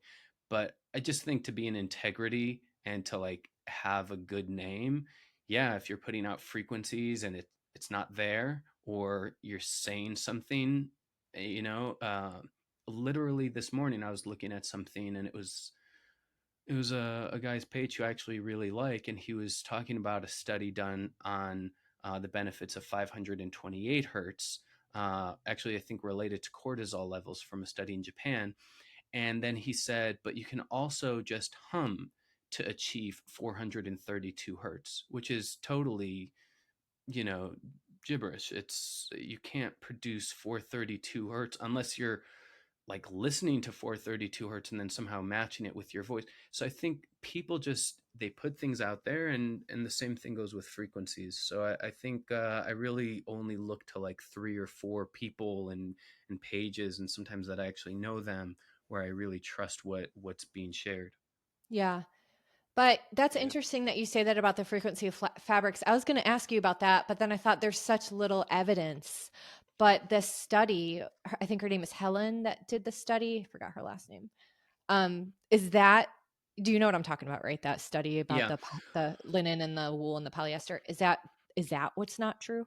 it's not true. Yeah, we did Oh, we okay. did an interview on it, or sorry, an article on it, and it was a faulty study, and the way it was put together was not accurate. And when you look into it, it it doesn't line up. It doesn't even make sense. And so, I mean, it looks good on an Instagram page when you say, uh, yeah, these frequencies have these fabrics have these frequencies, but it isn't true. I think there's obviously again, it's one of those things. It's like, are there good fabrics? Yes. You know what Right. I mean? Like there Yeah. are certain things that are good to wear, but it's not related to a frequency, Gotcha. Yeah. So Like more of a microplastic kind of thing with polyester rather than a exactly. frequency Like, thing. yeah, you don't want to wear alloy, like there's Yeah. certain things that will leach microplastics into your body, but that doesn't mean it's, at 10,000 hertz. So it's good. You know what I mean? It's Yeah. unrelated. Gotcha. Well, that's good to know because I wasn't really sure about that. Okay. Mm. What were you going to say, Um, Carl? I felt like you were going to say something. oh, sorry, Carl. I was just thinking, like, I really love the frequencies of series, I guess you would call it, that you do on Instagram. And Mm. I've always like, okay, I want to try that because I do have this emotion or I feel this or that. And I get nervous to go and try to look something up and find music or sounds in the right frequency because I don't trust it, you know? Yeah. So I'm excited for when your YouTube does come out. And I'd love to hear about some of those other resources you have, maybe a couple of your colleagues or friends that you trust, and be able to kind of reference them Mm-hmm. to get the right frequency and make sure that I'm putting the right noise around us. What were You you know what saying? you should do? So you know how like, you can buy like Joe Dispenza meditations and things like that and Mm-hmm. just download it. You should do frequencies that you can just like purchase and download. Okay, so That's this cool. is, yeah, no, I like that. This is because we're kind of on TikTok, but we're not on TikTok, and everybody's always like, you got to put your stuff on TikTok Shop. And so I was thinking, I know I really like what you were saying. I think that is something that makes sense because even we put up this 40 hertz sound bath, and again, it does run into ads. And so because people have been like, is there a way of getting it uninterrupted? So I think we will allow them to live on our site where you can just kind of download them. Mm. And then if you want, I just want them to be on YouTube. Because I've always felt like there's a page that I like, but outside of that, I really want there to be like pure tone frequencies, but I also like where there's bowls because sometimes it's very hard to listen to just a pure tone for a long period of time. And I Is just that like a found, yeah, is that okay? exactly. Yeah. And so I found, for me at least, in taking them in, when you add some bowls, some just texture, like I personally, like as I've been creating them, I really like drop into it. So I'm trying to not trying, going to create things where it's like around proven frequencies related to the lymphatic system or cortisol or brain plaque or these different things, and have them there, but blended so it's much easier and more welcoming to the ear. Right. I think that's a great I like it. idea. I would totally get it. So let me know if Yeah, you do yeah. Yeah, that. same here. Hey, listen, I appreciate the the tip. I like it. Which also, what is I sh- I don't really fully understand this, but do you know like what a Rife machine is? I don't Hmm. even know if I'm saying that right. Yeah, yeah, yeah. Yeah, so the Rife machine, so Royal Rife, this was about 100 years ago, was a really famous doctor who actually in court, I believe the Supreme Court even, it went to that level, had proven using the machine and the frequencies to be able to cure certain types of cancer.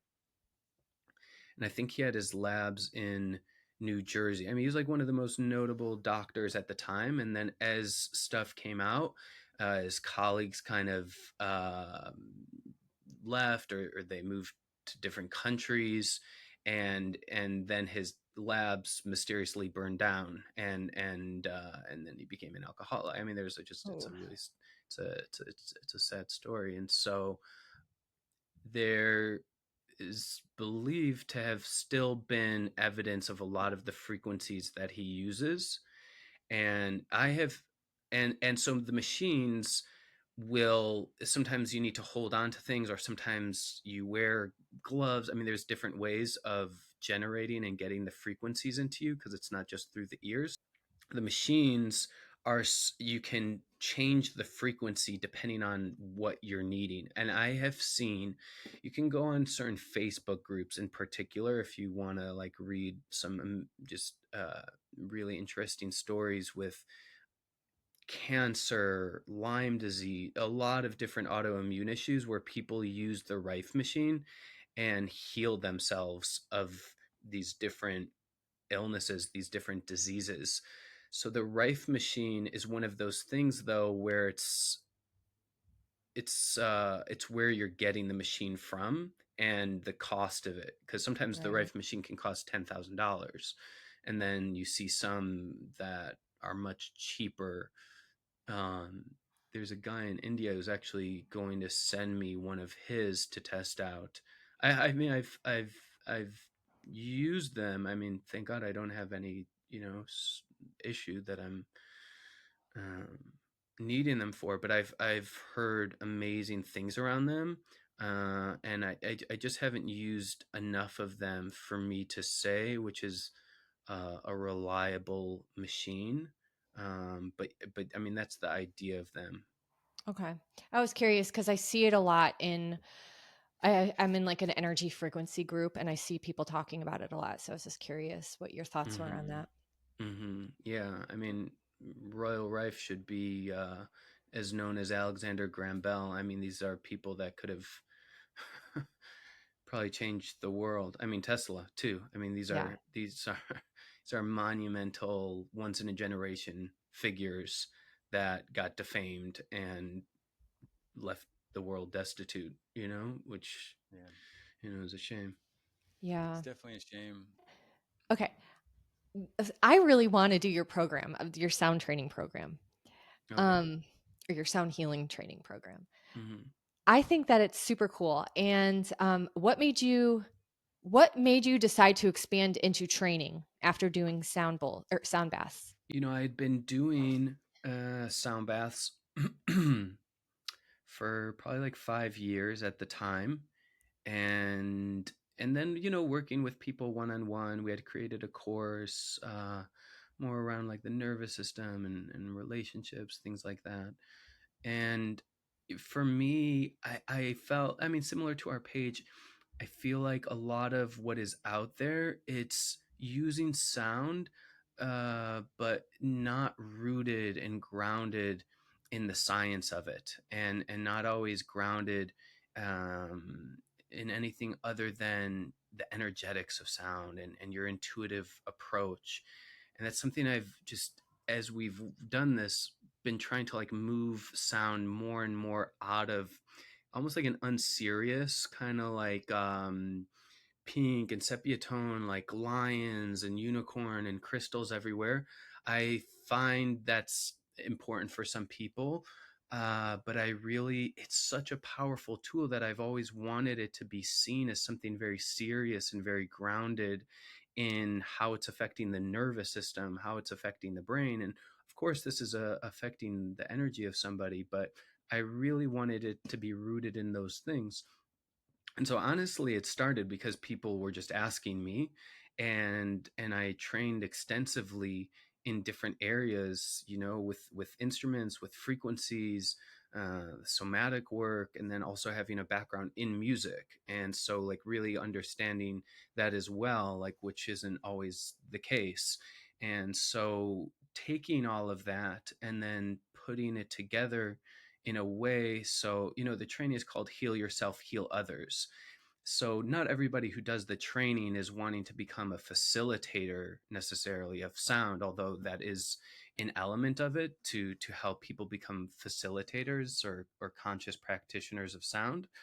But as I started offering it, I was like, I really want this to be grounded in studies and an approach that actually was like made sense on paper and not just something because I felt it or intuitively I like downloaded all of these ideas and came to me. And so everything that we go through is rooted either in theory or the science of what we're talking about. And so, it is really to help people become conscious practitioners of sound. So, using sound in a really conscious way, because it is so powerful, especially when you're facilitating. Wow. If you're not knowing what you're doing, I find that to be, yeah, it can be really damaging, because not if you don't know what you're doing, this is something a teacher of mine would say: when you don't know, you bring people into a space of not knowing. And people are in very vulnerable states. They're lying down, their energy field is open, their nervous system is receptive. And then suddenly, like, just to give you an example of something that can happen, is at millisecond speeds, the auditory cortex decides whether a sound is connecting or threatening. So just as an example, somebody slams a door in the room. You don't think about it, but right away you kind of like jump out of your seat because your body, your ears interpreted that sound as threatening. So you go into the survival response. So if you're playing quote unquote healing instruments, but you're playing them in a way that it's too much sound, too many waves at once, you induce a threat response to their nervous system. Although the intention is to create this, enjoying, relaxing environment where all of the good things can happen, or you're playing things in a way that creates tension or creates these responses. And so I think as crystal bowls in particular became more and more popular, I think you just see a lot of people picking them up and playing them and not understanding what it is and the depths of it and what it can do in the best ways and also in damaging ways. And so to me, the importance of training and really being conscious of what am I doing? Why am I doing it? When am I doing it? And how am I doing it are vital. And so without that, you're creating something that could be beneficial or could be harmful. And then you leave somebody with a feeling or an impression of, I don't like sound, or I don't like sound baths, or I don't like sound healing. I don't like sound therapy. And so I think it's really important. And so, I mean, we've now, trained, people from all over, from Dubai to Japan to Qatar to New York to Italy. Like, we've done a lot of trainings with people. I mean, we used to do trainings for just people in Australia because of the time difference, and it's like the most beautiful experience is to see, like, my favorite thing outside of like my family and my life is getting pictures and messages from people like doing sound healing with people and telling me like what just happened. And I literally, like, a woman was just messaging me who's in Rishikesh in India and telling me her experience with doing sound healing for this group of people and how she was using the tuning forks and asking me for this or that. And so, I really try to be a reliable resource and like grounded in what I'm teaching and putting out there. And so it felt right. And I really feel it is like my calling in a way to do this.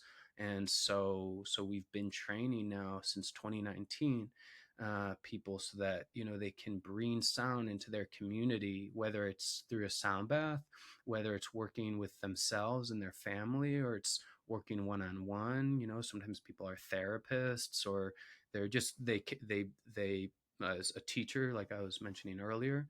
So there's so many ways, because sound goes with everything. You Hmm. could pair sound with anything and it'll run. So I've seen it used in a lot of different ways. There's a musician who now, she, like, before she does her concert, she does like a mini sound healing with everybody at the concert and then goes into her songs. So Oh, I so love many that. ways of using it. But I think the most beautiful thing is it's really like it's about healing ourselves, which isn't just like this catch-all term, but it's just like bringing wholeness into our life, where there's been these fragmented parts unresolved or unprocessed. And then we create a space where others can heal themselves, because we don't do anything in terms of, I'm not healing anybody. You create a space that allows for the healing of somebody to occur. And so, to me, that is the one of the deepest things I've been able to do. And so that's, I don't know if I answered your question, but that is the idea of the training. Oh, you totally did. And it's just very meaningful, work that you're doing and, helping other people do too. So I think it's really awesome. Yeah. When I first got, like, part of my journey, like I was saying, is I really struggled with addiction for years. And so much of addiction, it's such a self-involved aspect of what life can be, because it's Mhm. all about you and, like, what can I get and how can I get it. And I think, just for me personally, a lot of the healing internally was self-love, and learning to love myself, me being able to look at myself and feel goodness. But also, like, I learned, from Alcoholics Anonymous, is to be of service to others is the greatest way to get out of your own head. So for me, and maybe you feel that even doing this podcast, is like sometimes just being in space with others in a kind of deep and genuine way, it it really just brings so much, healing and goodness and value, I think, to life, and to, uh, yeah, to life. Beautiful. 100% agree. It's like raising, we're all one, we're all connected, just Hmm. raising the collective together.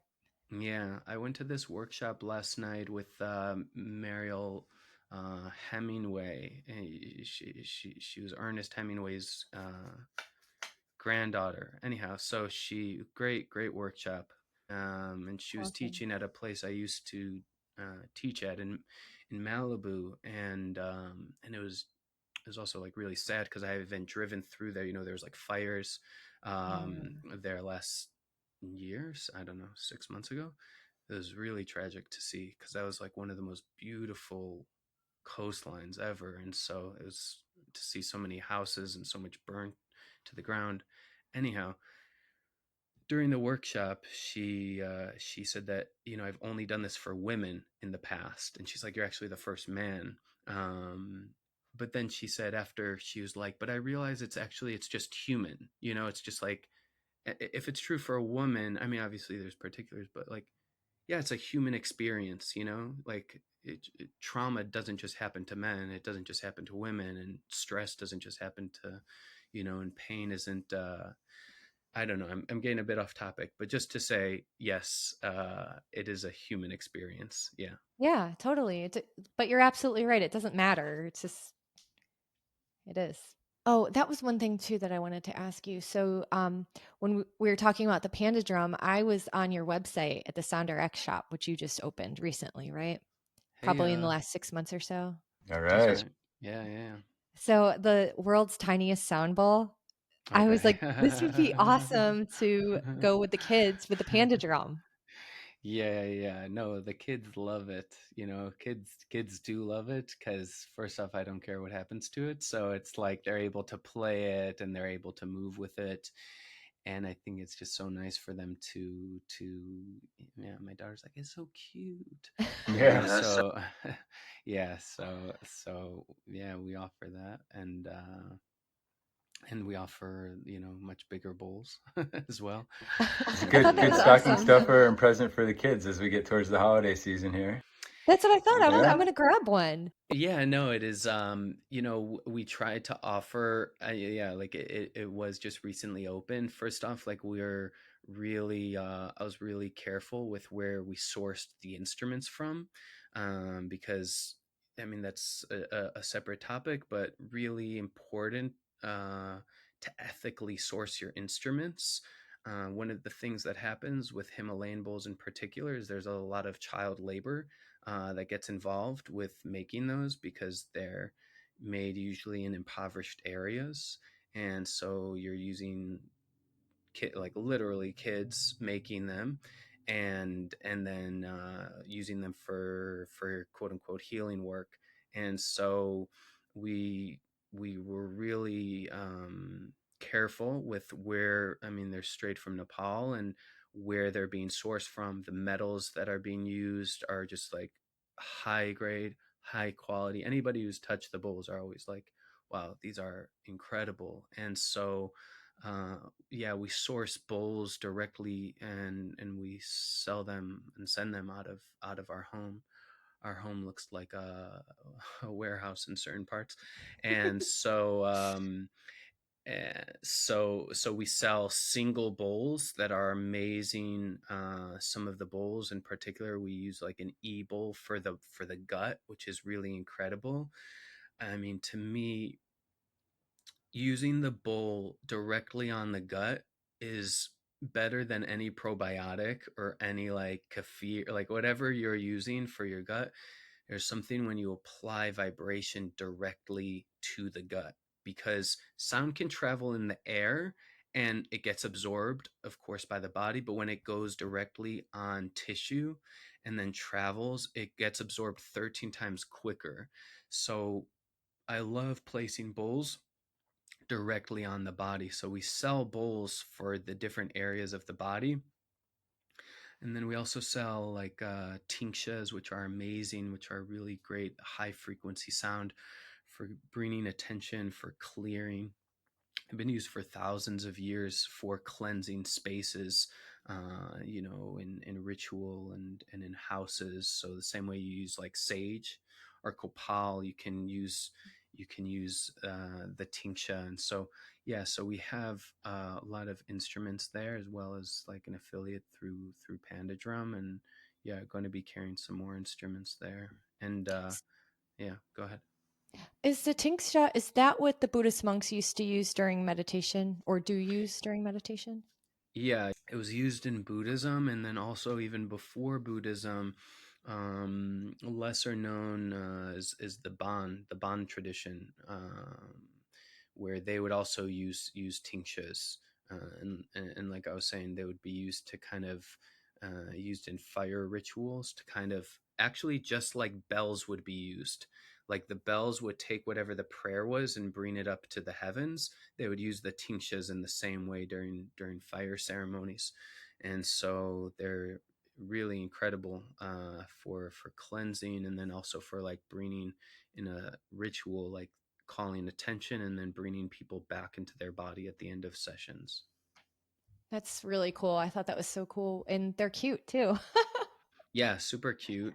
And yeah, and yeah, like we had created a code. I mentioned Crunchy Pod. If you put that code in, you could get Oh, awesome. 10% off. Yeah, so we created that as well Oh, that's for awesome. your Thank you.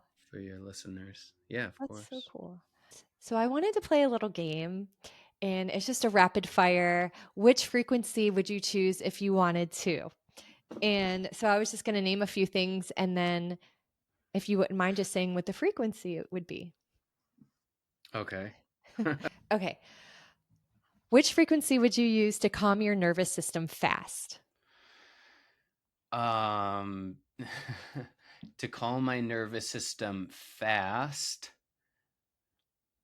I would probably use 4 to 8 hertz.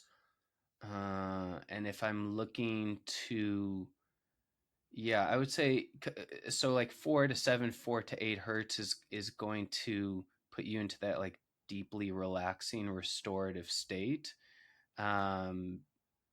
8 to 12 hertz is going to put you in alpha, which is also going to kind of move you out of that sympathetic, that fight or flight. So rapid fire, I would say 4 to 7 hertz, and also like 8 to 12 in that range. And also like just as a warning, like this is so long as there's like no underlying issues, and things like that as well. Right. Yeah. Okay. How about to boost creativity Boost creativity. or Heavy focus? metal. Oh, heavy metal. Yeah, so some Pantera, Yeah. and some no. Um hmm. Yeah, it's funny because a part of me wants to repeat what I just said, because it does kind of put you into that non-linear dreamlike state. Another would probably be 40 hertz, which also improves cognitive function. Okay, so I'll go with 40 hertz for that. I All feel like right, I'm good on a game deal. show. Yeah. Oh So no. It's okay. I know yeah. I should have given you a heads up on this. I thought about that today. No, it is good. You're testing me. It is so for the first, I would say 4 to 12 hertz. Um, I would say for the first one, 8 to 12 hertz, just as like a safe place because you don't probably want to be dropped that deeply. And then for creativity and improving cognitive function, I would do 40 hertz. Yeah, which has also been shown to like remove brain plaque and some really cool studies. Done on mice, but out of MIT. Yeah. Good deal. How about for sleep? Okay. So there's two there. Okay. So for sleep, it depends because there's the dream state that you go into right before, that feeling like right before you're about to sleep and you're kind of like dozing off and you're a little here, a little there. Yeah. Mm-hmm. um so so there's that, um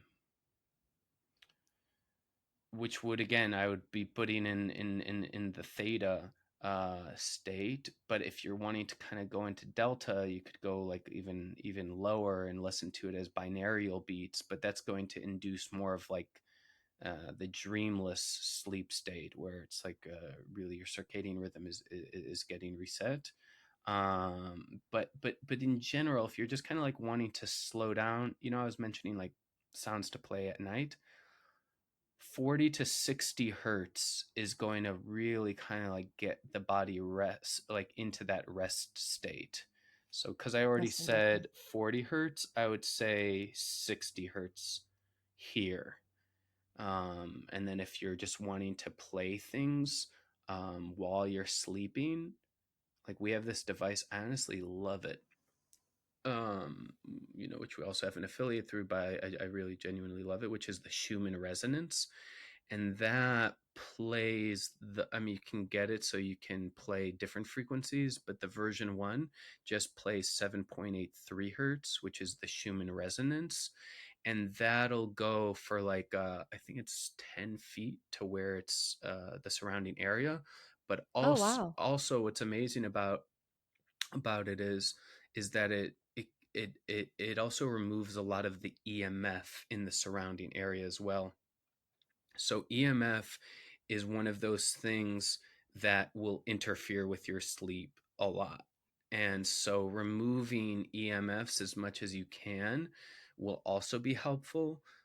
So I try to sleep in rooms where there's no electricity, not no electricity, but no Wi-Fi or things like that Right. going on. I know that's a bit hard sometimes. I know some people where they turn off the routers, but I don't. But I would say the Schumann resonance, so 7.83 hertz, and remove your EMFs and put on some blue light blockers before you're going to sleep as well to, not trick your body into thinking it should be up. Right. Keep your circadian rhythm in check. Yeah, I got those glasses from I forgot what it's called. Raw Light, I forget. But just orange, Yeah. Yep. so nice. Like I really find like hour or two before I'm going to sleep, it really helps. I do too. I wear blue light glasses as well at nighttime, and I'm to the point where like at night I actually have to have them now Mm-hmm. because it feels like way too bright or something. I'm like, I need them. Yeah, you won't even Yeah, sit down without them now. Yeah. I know. Sometimes I do these where I'm wearing them, but I also feel like I don't want to like be that person because sometimes when I'm like looking at videos, I'm like, yeah. Uh, Yeah. Yeah. be whoever you want to be, right? No, that's true. Exactly. That's true. That's either way. When I'm looking at a computer screen, I don't, and I try to also remove overhead lighting at night as well, Yeah. which is also really, really disruptive.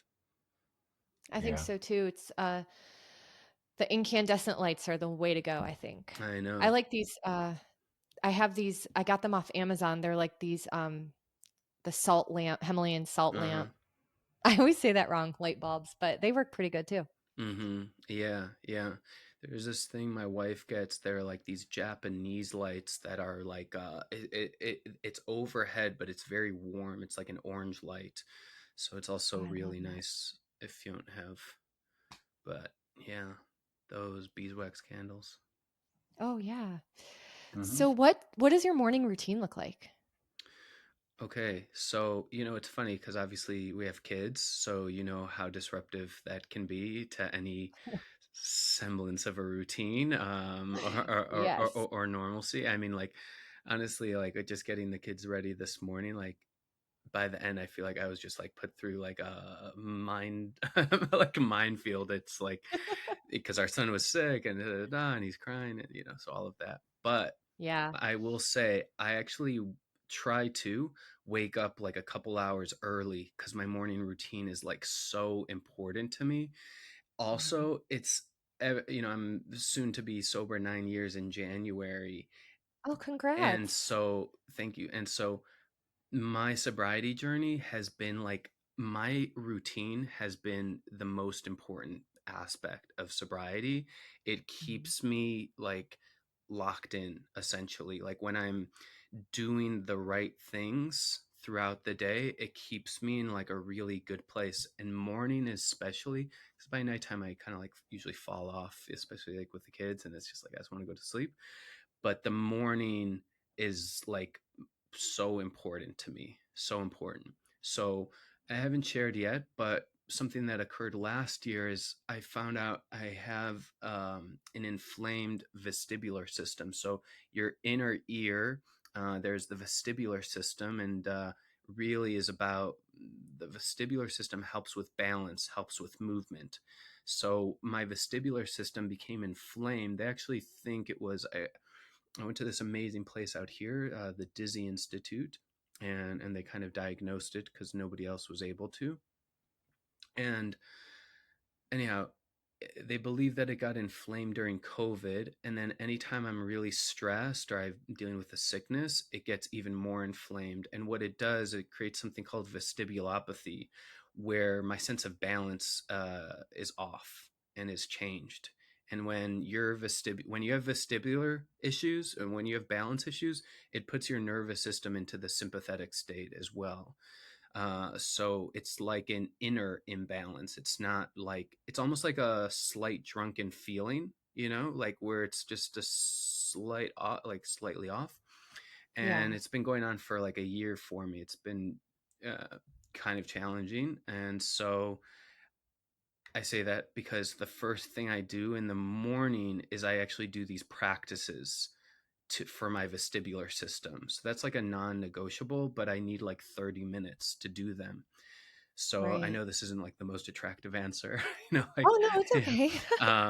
But I do these practices because it naturally needs to be done. Like there's nothing that you can do in like terms of like a surgery or anything. So I do these eye practices and I do these movements to help with like my balance throughout the day. And then I also, in terms of frequency, listen to 100 hertz while I'm doing it.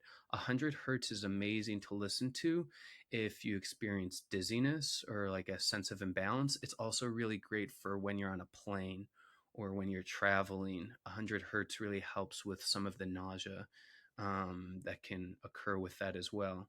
So I'll also That's good to know. yeah, so I'll have that going as well. So I do those exercises, and then I did a lymphatic training earlier this year, and now I'm really into the lymphatic system, and so I do like lymphatic practices as well, and then I go. Ideally, it's like 6 a.m. at this point, and I go do yoga for an hour, and then I come back and I like get the kids ready and you know and then go through that. But I always feel like I personally really need to like get a lot of these things going in the morning for myself, and then there's sometimes where I'll listen to certain frequencies to ground myself, but that's what I've been doing lately.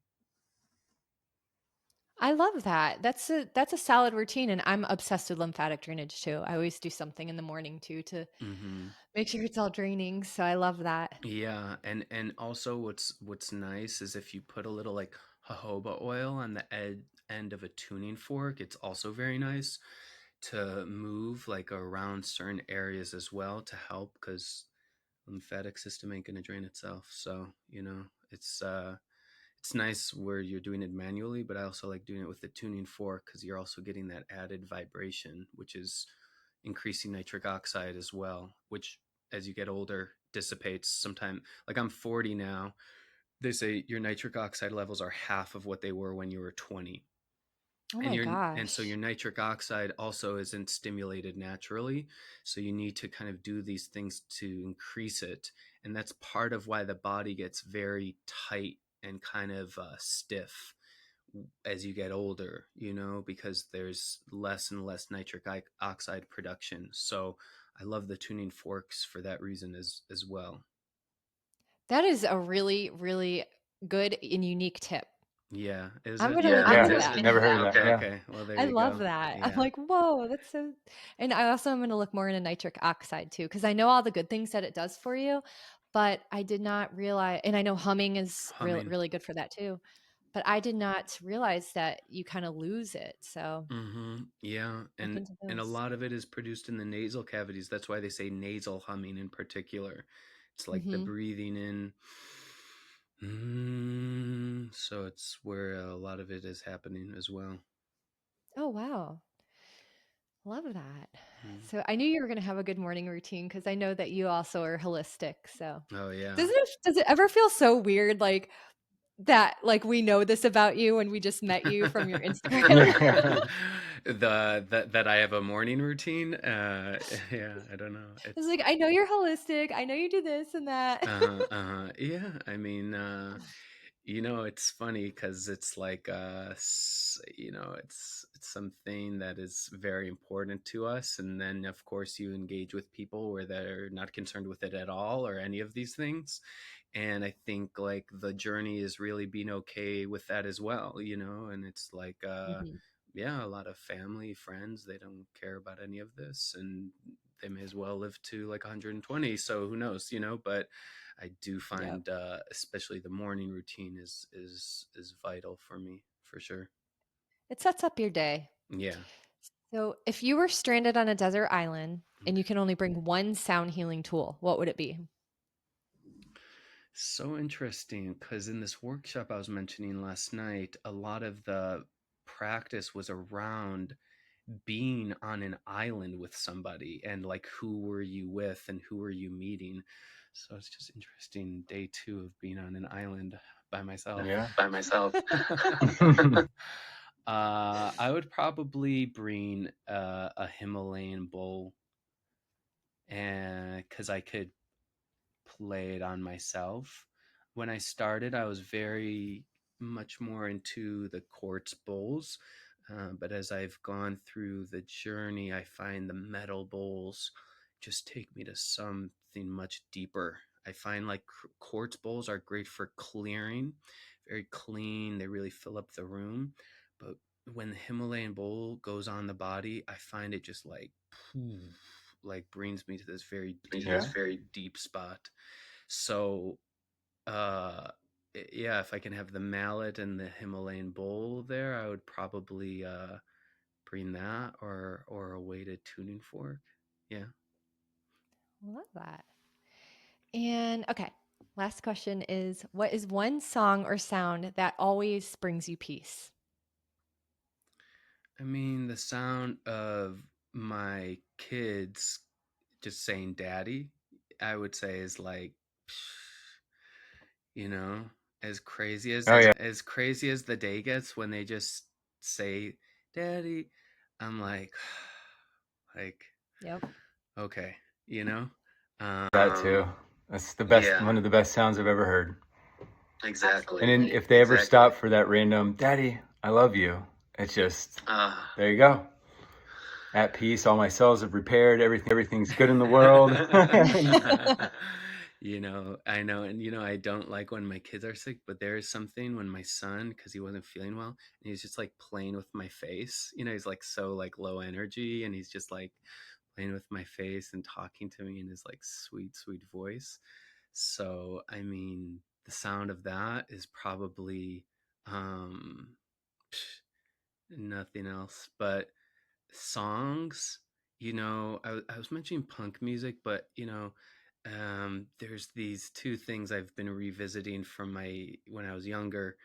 One is a musician who I loved, Elliott Smith, and I just, man, he just puts the way he puts a song together.